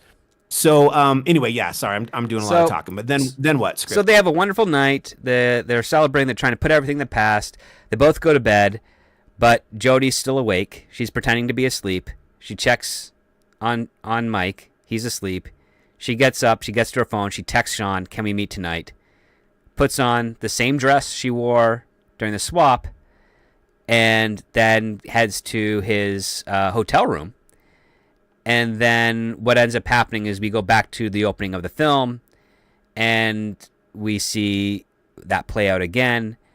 Jody wakes up, as she was before. Everything's kind of fine. And then people are knocking on the door, and it's the police, and they're arresting her because they have evidence that she murdered Sean last night, and she doesn't know what the heck is going on. So the body that hit that cab in the opening scene of the film, and also that we just saw again, was Sean. Sean was the one. Was Sean that fell from the balcony because we do see her, like when she goes over there to meet with him, he welcomes her in, and that's about it. Yeah. Did we see him on the balcony for a second talking? Maybe I can't remember, but no, it doesn't matter. But now she's boom, just like that. She's getting arrested by these two officers. And while this is happening, she's wondering where her gold geometric bracelet is. This is something her mother gave to her. It was a point of subject early on. We kind of brushed over it, but that's missing because that's in Sean's hand when he had died. And she almost never takes it off except for when she did the swap with Shelby along with her wedding ring. But when she wakes up and she finds that it's not there, it confuses her. And so now we get into, okay, we're now out of the indecent proposal aspect of this story. We're now into a cop investigation. So the subgenre has kind of switched over now a little bit, because now it's like, well, okay, we have all this evidence that says you went over there and did this, and Jody's like, no, there's no way, because I was too drunk. I fell asleep. I was out. I woke up at everything from when I remember going to bed to waking up was exactly the same, except my bracelet's missing. And of course the cops are saying, yeah, because it's in, the corpse's hand. The victim has it. And so she requests a lawyer. She and the lawyer are talking, and basically she's saying somebody used my body. And the lawyer says, okay, that's really hard to prove, because if you only did the initial swap with Shelby and you hadn't done it since afterwards, and didn't go to Milan, didn't talk to that chef or anything, the puncture wounds in the back would be fresh. And we could say, yes, that happened. But there's records that it's been consistent, and those puncture wounds are consistent each time. So there's no way to really prove that you were switched and didn't do this on your own. And yeah, because the marks, we can't prove the marks aren't fresh, basically. Yes, so yeah, because it's kind of become almost a permanent thing for her, just like an ear piercing. And she is, freaking out. Of course, Mike is interrogated, and he says, like, I was drunk as soon as I went to sleep. She was there. I remember the time just because he had to check his phone for something. But like he does talk about, like, yeah, Jody was saying that she's a little anxious. I was a little anxious because of the thing. But he's not doing a very good job of trying to protect his wife in the interrogation. And then that information gets to Jody, and Jody starts wondering, why everything seems wrong. Everything seems wrong. And yeah, and Mike, I would say this, just a quick footnote. Mike doesn't protect her, but he doesn't go after her either. He doesn't throw her under the bus or anything. No. Yeah. He's just, but you know how detectives are when they're hungry for any slip of evidence. Mm-hmm. And he said one or two minor things that they latched onto, like, whoa, blah, blah, blah. And I could find if you want to get that specific, but it doesn't really matter. The point is that Mike is just as confused. He doesn't think she did anything that wrong, so he's not super defensive. Whereas Jody was like, lawyer, instantly. She's like, give me a lawyer.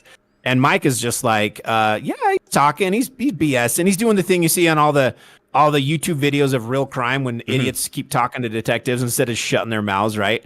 But in this case, it wasn't that detrimental. He wasn't helping, but he wasn't hurting, but he definitely wasn't helping his wife. Yeah. And so then she, I don't remember what order at this point everything happened. So we start getting, can't remember. So we get some time jumps where we get hints of what might have happened, what kind of went on. But really what ends up happening is that she manages to post bail by like sacrificing her passport and everything, and bail's like $1 million. So already they're 1.5. I remember that. $1.5 million. So they've got a big chunk of that money is gone on bail right now, which of course if she's exonerated she gets back. But she goes home and she's trying to figure out what to do. Oh, pause. Sorry. Sure. There was a point when all crap was hitting the fan. And the detectives were there. She asked for a lawyer. There was a moment where we see her kind of go, did Mike do this? Remember that? Oh, right. Yeah. That moment.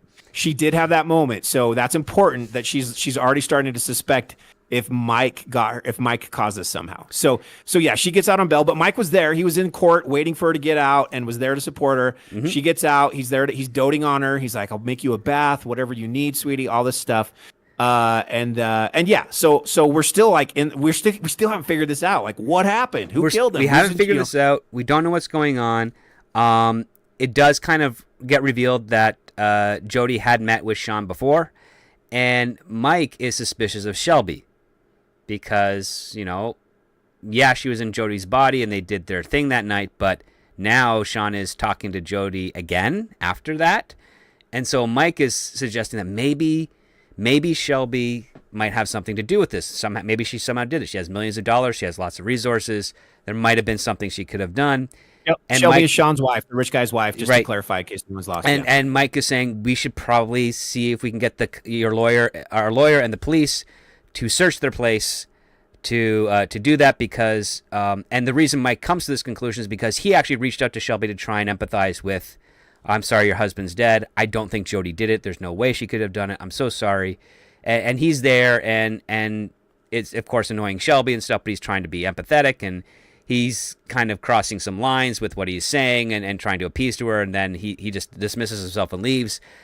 And be very clear. He went to her house, to their I guess whatever their, they live their apartment in, or their hotel room that they have been living in for the time being. And it's shown he purposefully was like, I'm thirsty, can you get me a drink? And while she's out of the room, he's over there screwing around with some stuff on the shelves. Yeah. And he had gloves on the bookshelves. first. Yeah. And then when she comes back, he doesn't have gloves on, and whatever he was messing with isn't in his hands anymore. And he takes the drink and then quickly excuses himself. So Mike is definitely super sus at this point. We're like, Mikey, we know you've been going crazy. We know you're kind of mad. We know. Sorry, we skipped over this too. There's so much in this, but he did go through his wife's browser history, and everything looks super sus because she looked up her ex-boyfriend. She looked up the company and all this stuff. And she looked him up before he sent the initial call. Like, that's the other part. He finds out that when she was researching her ex-boyfriend before he actually called her for that first time to say, hey, do you want to go to dinner with my wife and your husband? So so there's definitely so Mike's not in a good mental place. Mike needs his bros to take him to play laser tag right now, and he's in trouble. How much further do you want to go with this script? Basically, what ends up happening is that instead of Jody going to the cops, she goes to Timeshare. She switches into another body as like a delivery person, and she tries to talk to Shelby, but Shelby shuts her out. And when she literally slams the door, slams the door in the face. And when she comes home, she finds Mike on the ground, vomit around him, looks like he overdosed, and we don't know what happened. And we're gonna a bottle of pills and a bunch of liquor, and he's clearly tried to kill himself. But he's. Do you want to say any more? Well, he's kind of alive, but it's touch and go, and Jody is freaking out, and that's where we have to cut off on the spoilers because everything else. I will say this: the third act of this script is like 7 pages. It's really fast. It's so fast, and it's not terrible. It's just I would have. I just wish it was different. I just wish it needed a few more brainstormings because it's just not. I didn't hate it, but I didn't like it. The ending reminded me very much of Twilight Zone, Black Mirror, Outer Limits type of stuff, where it's abrupt. Yeah. And I think this is the only caveat I'd have with this script. Why I'd say this would probably make a better Black Mirror episode than it would a general feature film. That's fair because of the ending. Mm-hmm. I think the rest of it 100% deserves to be a film. Right. They just need to do a better ending because it was 7 pages, and I also don't. I'm not saying I don't want 3 third acts like some freaking movies do now. It's so stupid. So I don't want that either. I'm just saying it just needs a rewrite. Like, I want another twist. I'll say it this way because I think this is fair. I'm not going to give you any spoilers. We needed another character. We needed someone somewhere about halfway through the story to kind of pop their head in, and then in the end, or if not that, definitely in the third act, for us to be completely like blindsided by something awesome. It was Kelly, like, the friend in the first act that we've never seen again. That's no, Kelly's not in. No, Ronald McDonald is still alive, and we just need something like that's shocking but still believable and awesome. And we didn't get that. We just got like, oh, okay, it was this, but then one extra layer, and it wasn't bad. It was not bad. No, it was not bad. This whole script was awesome. It's just I feel like, and it wasn't it wasn't totally predictable. It was kind of predictable, but it wasn't so obviously in your face predictable that you're like, this is dumb. This is now I feel cheated instead of a mystery box cheat. I feel cheated because it was so obvious it slapped me in the face 5 minutes before it was on the screen. It wasn't that way either. It was like it was rushed. That was the biggest complaint. It was too rushed. We needed another third element to come in and be like, oh my God, like maybe he was still alive. It wasn't him. He had a clone or something, like something that happened with Sean, maybe. I don't know. But you got this really rich, famous guy and his rich wife. There's a lot of stuff that you could play with here. And we've got this technology that makes almost anything possible, right? That could have happened. Mm-hmm. And so my complaint, I will bring this up because we talked about it in the green room. My biggest complaint as far as plot holes was just that the part, I'm trying to think of the part I could talk about. It's a little bit tricky here, but but we can frame it in this way. So Jody and Mike, when they have their celebratory dinner, they are very drunk and they basically pass out. So their bodies are physically suffering from excessive alcohol. But what's interesting is that Jody, what we see in the script, she becomes up and alert as if she's completely sober, which doesn't quite make sense because it's a telecommunication of her consciousness in another body that is now suffering from basically being, 3 sheets to the wind. So how you're passed out? Yeah, like they're passed out. So how is the consciousness, how is the other consciousness able to override the physical reactions that are happening going through her body from the alcohol? Right. And that's the one thing that was confusing us. Yeah, and I wouldn't say it's a huge plot hole. It's kind of like, why didn't the Eagles just fly the ring to Mordor? Like, it's kind of in that realm where you're like, yeah, you could argue that because it doesn't make sense. Like, if you've just drank, I don't know. I'll use a better example because I've been watching Celebrity Apprentice. If Dennis Rodman has just had his 9th cranberry and vodka, and I jump into his brain, right? Yep. What it's like, I'll put it to a better example. He's going to be passed out, right? Like, it's not going to happen. Well, so have you ever seen videos? I mean, I've actually done this, but have you ever seen videos where people are driving a car that has been modified to react like if you're a drunk driver?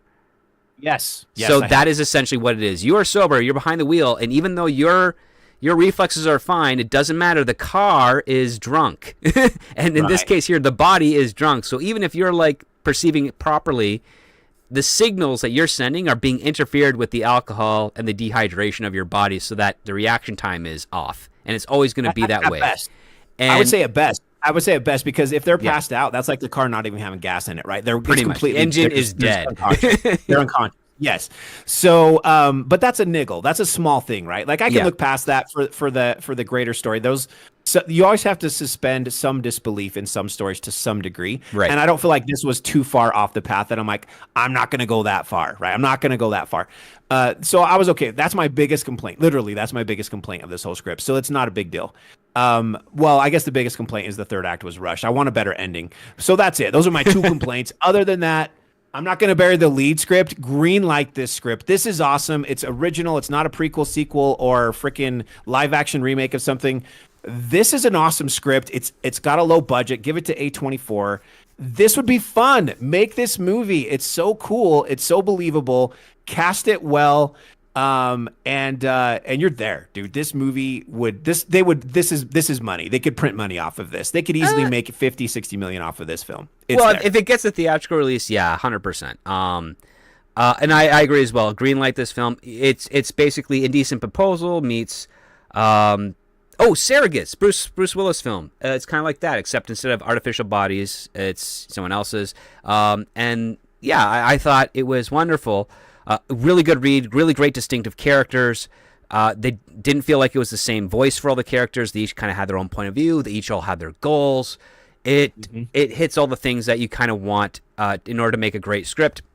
I definitely agree with you. I think the third act needed to be beefed up a little bit more because it felt like an escape pod leaving a ship that was crashing into another ship. It's like, okay, we've tied up all the loose ends. We're now getting the heck out of Dodge.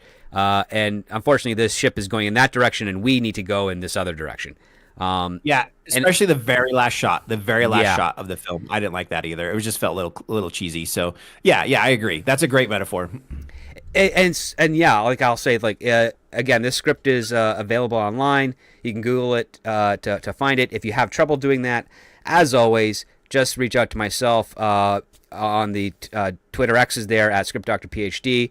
I will help you get a hold of that script. If we end up starting to do the Discord stuff, which is the plan, the script could be available there as well. Also, to anyone that's also Patreon, they know that I share with them the scripts as well. Anyone that asks for it, I share with it because I don't sell these scripts. These are their scripts. It's their stuff there. I'm just giving you the access to it because sometimes when you're Googling stuff, you see so many of the same title, but you don't necessarily know which one is associated to the right writer. So I make sure you get the one that goes to the right writer there, and I do that for free. And that would be, if you did that, that would be dishonest and illegal, and you would never do that. Exactly. That's why I don't do that. That's why all the stuff that's happening here, it's really for the network and community. It has nothing to do with the content that we are talking about, that we make available for you, because it already is available for you. So real quick, you never said where this lined up on the blacklist. What number was this? Oh, do you remember? You're right. I didn't. Okay, so this actually placed number 30 on last year's blacklist with 15 votes. What, 30? This should have been top 5 easy, dude. This is good. I'll give you top 10. This is a great script. This is original. It's fun. It's well paced. Great. It's easy to shoot. It's got a small cast. It's easy to follow. It's got cool ideas in it. It's got good twists on old tropes. Like, I love it. I love it. Make this movie. Please make it. Well, that's awesome. That's great to hear. So we got a double green light here. We'll quickly check in with the patrons, because one of the cool bonuses you have with the Patreon is that you get to comment and vote on if you would green light or pass this script. So checking in with the Patreons, we actually have something interesting. The Patreons that did vote on this script voted to pass. So there's something about this they didn't like. Unfortunately, they didn't send any comments so for us to discuss further to see what those issues might be. Maybe it has to do with the ending. Maybe they felt the ending was not enough compared to the first 2 acts to allow them to want to greenlight it. I can empathize with that because, again, as we talked about, the ending is kind of it solves the problems, but it feels rushed, it feels condensed, it feels too quick, which is kind of redundant of saying rushed. But yeah, it's there like that. So with that being said, again, for all those listening out there, no comments no comments on that stuff. But again, if you are part of the Patreon, you get to comment on, you get to vote on the script, whether it's a green light or a pass, when we discuss it here on the show. Okay if you guys are wrong on Patreon. It's okay. It's okay. Just kidding. I love it. That's what's so awesome about entertainment. Everybody's got their own thing. I love it. It's great. And you know what? I like this one. We want to hear from you guys your opinions on that, because you might have picked up something we didn't, and we want to discuss that because there's other lessons or things we could talk about in the way of writing and storytelling that could explore those critiques, and we want to do that for you guys there. Now, leaning over onto the live portion of the show, we have some people that have put in some super chats. I want to thank the Dead Man. He has a few of these. First one says, Altered Carbon was the show. It was an interesting concept, but Netflix, in their infinite wisdom, kills a great concept show. The OA is another example. Yes, that's a whole nother bag of worms, or jar of worms, can of worms. Yes, Netflix really leans into their algorithms because there's such a huge distance of time between their seasons. Those shows lose momentum, and because they still use the traditional network model for a show's momentum, but they don't use the model for distribution, a lot more shows get canceled, a lot more shows get reworked because they're not stimulating the audience in the way that they expected.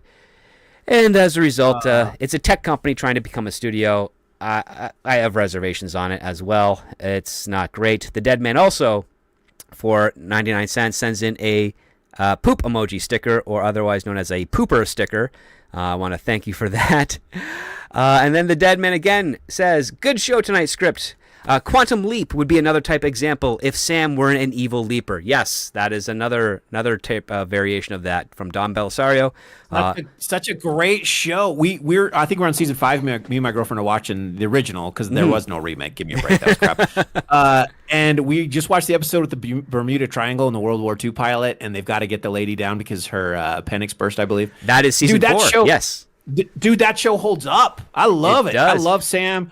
Don't they have an evil leaper that comes in the final season? I thought I remember something like that happened. Yes, there is. So, fun fact. So, Thursdays, I do a show with another co-host here, Price of Reason. We actually revisit Quantum Leap, the classic great series. We actually just did the penultimate episode, season 4 finale. So it's the one before the season finale, where Sam was a stand-up comic with Bob Saget. So we are going through every episode of that show. We're wrapping up season 4 next week, getting into season 5 shortly after. All the episodes. It's fun. Have you guys? It's great conversation. Go check that out as well. I know you guys are doing that. I need to check that out. Have you guys had any of the episodes? I won't be specific. There's one I for sure remember not liking. Are you guys pretty honest with some of the slow episodes that are just really bad? Yes. Because they're not all great. No, they're not all great. They're not all great. There's a couple that we've already addressed. They're like, yeah, this is like the bottom 20. Yeah. But it's but such we a great rate it show. against itself primarily, and it's really, it makes the quality is pretty high throughout the majority of the show, so it's pretty fun. And it's one of the few shows that I will not skip the opening credits. I love the music. I love it. Let it play every time. I do not skip that on my Plex server. So yeah, it's such a good show. More people need to watch Quantum Leap. It takes me back to my childhood too. So absolutely. And then of course we have another one. So the Dead Man has been the sponsor of tonight's episode. So thank you so much to the Dead Man. Always appreciated, not required. He comes in with another $4.99 saying, one more thing that I have learned from you, Script, is that never make anything easy for your protagonist. Yes. That is how you get great drama. I always like to expand that to, I generally cover it as your main character, and that works whether it's your protagonist or your antagonist. You want to make things difficult for both of them so that you have those emotions. The positive emotion for when the protagonist achieves their goal and gets their victory and is very happy, and then the dreadful emotions when the bad guy wins, right? So you play around with that. If you do like for television, like you've had a couple of television shows, one-offs like Outer Limits, Twilight Zone, Black Mirror. The bad guy wins at the end. You're like, oh no! Like that's them doing justice to you as an audience, because they've got you enough invested so that you feel that tension and anxiety, and it doesn't quite feel like a betrayal, but just feels like it feels like an earned twist and ending and conclusion. And the more you make it, the more difficult you make it for your characters in a plausible way within the rules of the story that you've established, the better chance you have of actually really resonating with your audience and the story you're trying to tell. And that's what I like about doing this show and about talking about story and scripts, on the interwebs, whether it's social media, whether it's Patreon, whether it's other shows as well. I like pointing out the things that kind of helped create this industry to be a very strong powerhouse for the decades that it were, up until recently when things kind of went all wonky. And we're not going to talk about the wonkiness there, because once you get rid of the symptom, the vulnerability is still there, and we need to kind of figure out from the writing side of point, from the producer side of point, from the studio side of point, how do we heal the patient so that more symptoms and more diseases don't compromise the integrity of what it's trying to do in the future. Yeah, I like that. And also just keeping it positive. The more we talk about it, the more we're also feeding the flames a little bit. And so, I totally agree with that. And a quick side note, the thing about Black Mirror, I was thinking about this, is the payoff with Black Mirror episodes. Yes, it might have a bad ending, right? A non-happy ending, I should say. Mm-hmm. But in the end, and this is the Twilight Zone did this sometimes too. Sometimes the payoff is it's over, and you get to go, oh my God, my reality is not that. Thank God, and it helps you count your blessings. So I think that's kind of the payoff in some of those Black Mirrors and those creepy shows. So yeah, I've never really felt cheated by any of those. They're just interesting, make you think kind of things, Oh, yeah. I mean, the best stories that really hit us in the core, they do stimulate thought. They do inspire us. There's a reason we're passionate about the stories that we like, right? Because they do more than what's expected. It's not just a simple, an explosion, an action set piece film, or a simple falling in love, happy ending type of fairy tale. There's always something deeper going on there, and that's why we cherish the stories that we have. That's why the stories that we have in our culture have lasted as long as they have, because there's something more to it. The last thing we need for our culture is disposable entertainment. And I would say here, this science fiction script, Timeshare, by Mark Townend, hits what science fiction is supposed to do. It's talking about infidelity. It's talking about spiraling out of control, letting it consume you, instead of trying to either cut the ties or to try and reconcile. And it gets into dark territory, as it should. And what's great is that, again, the sci-fi element of the gimmick of how we got here, if you take that out and put it into any other time period, it would still work. Yep. And that's kind of what's really important about the sci-fi genre as a whole. So, with that, any quick final thoughts before we call it a night? Because this has been a great conversation. DJ. No, I think we're good. It's been a couple hours. I think that it was a fantastic show, fantastic script. It's always a pleasure when it's a script that you really love. It's a lot easier to stay positive, and it's fun to talk about. And I hope this gets. I really sincerely mean it. I want this to get greenlit. This needs to be made. It needs to be made well, not rushed, not just thrown onto a streaming platform. I think this should be a theatrical release. And I think somebody like A24 would be perfect for this, man. It'd be so great. Yep. And Denver Blumhouse would do it well. Yeah.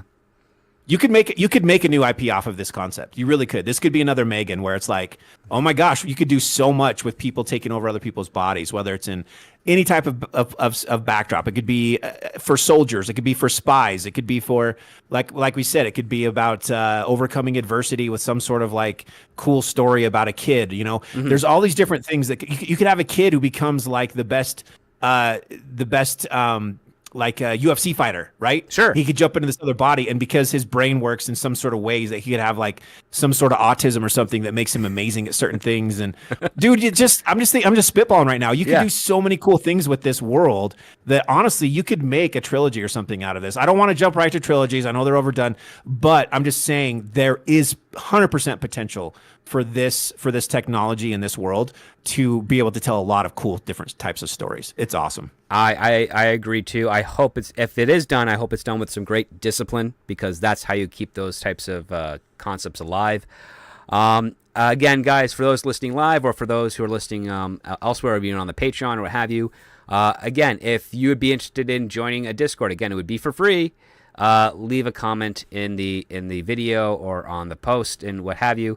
And we will start getting to work on that to save that tracking board community and anyone else that's interested in meeting other writers, trading process with other writers, and also scripts as well. And for those that are the Patreons, we'll have a special tier of the Discord for you guys. And maybe we'll even consider doing some very, very cheap memberships here on the channel so that they can have an exclusive space as well. But primarily, I want to make this available to anyone that's interested to really just talk scripts, talk stories, go back to the other shows, read the scripts, share your thoughts there as well. Really kind of be a palate cleanser to some of the other studio talk that's out there on the interwebs, especially when you have some talent that says silly stuff or some studios that do silly things.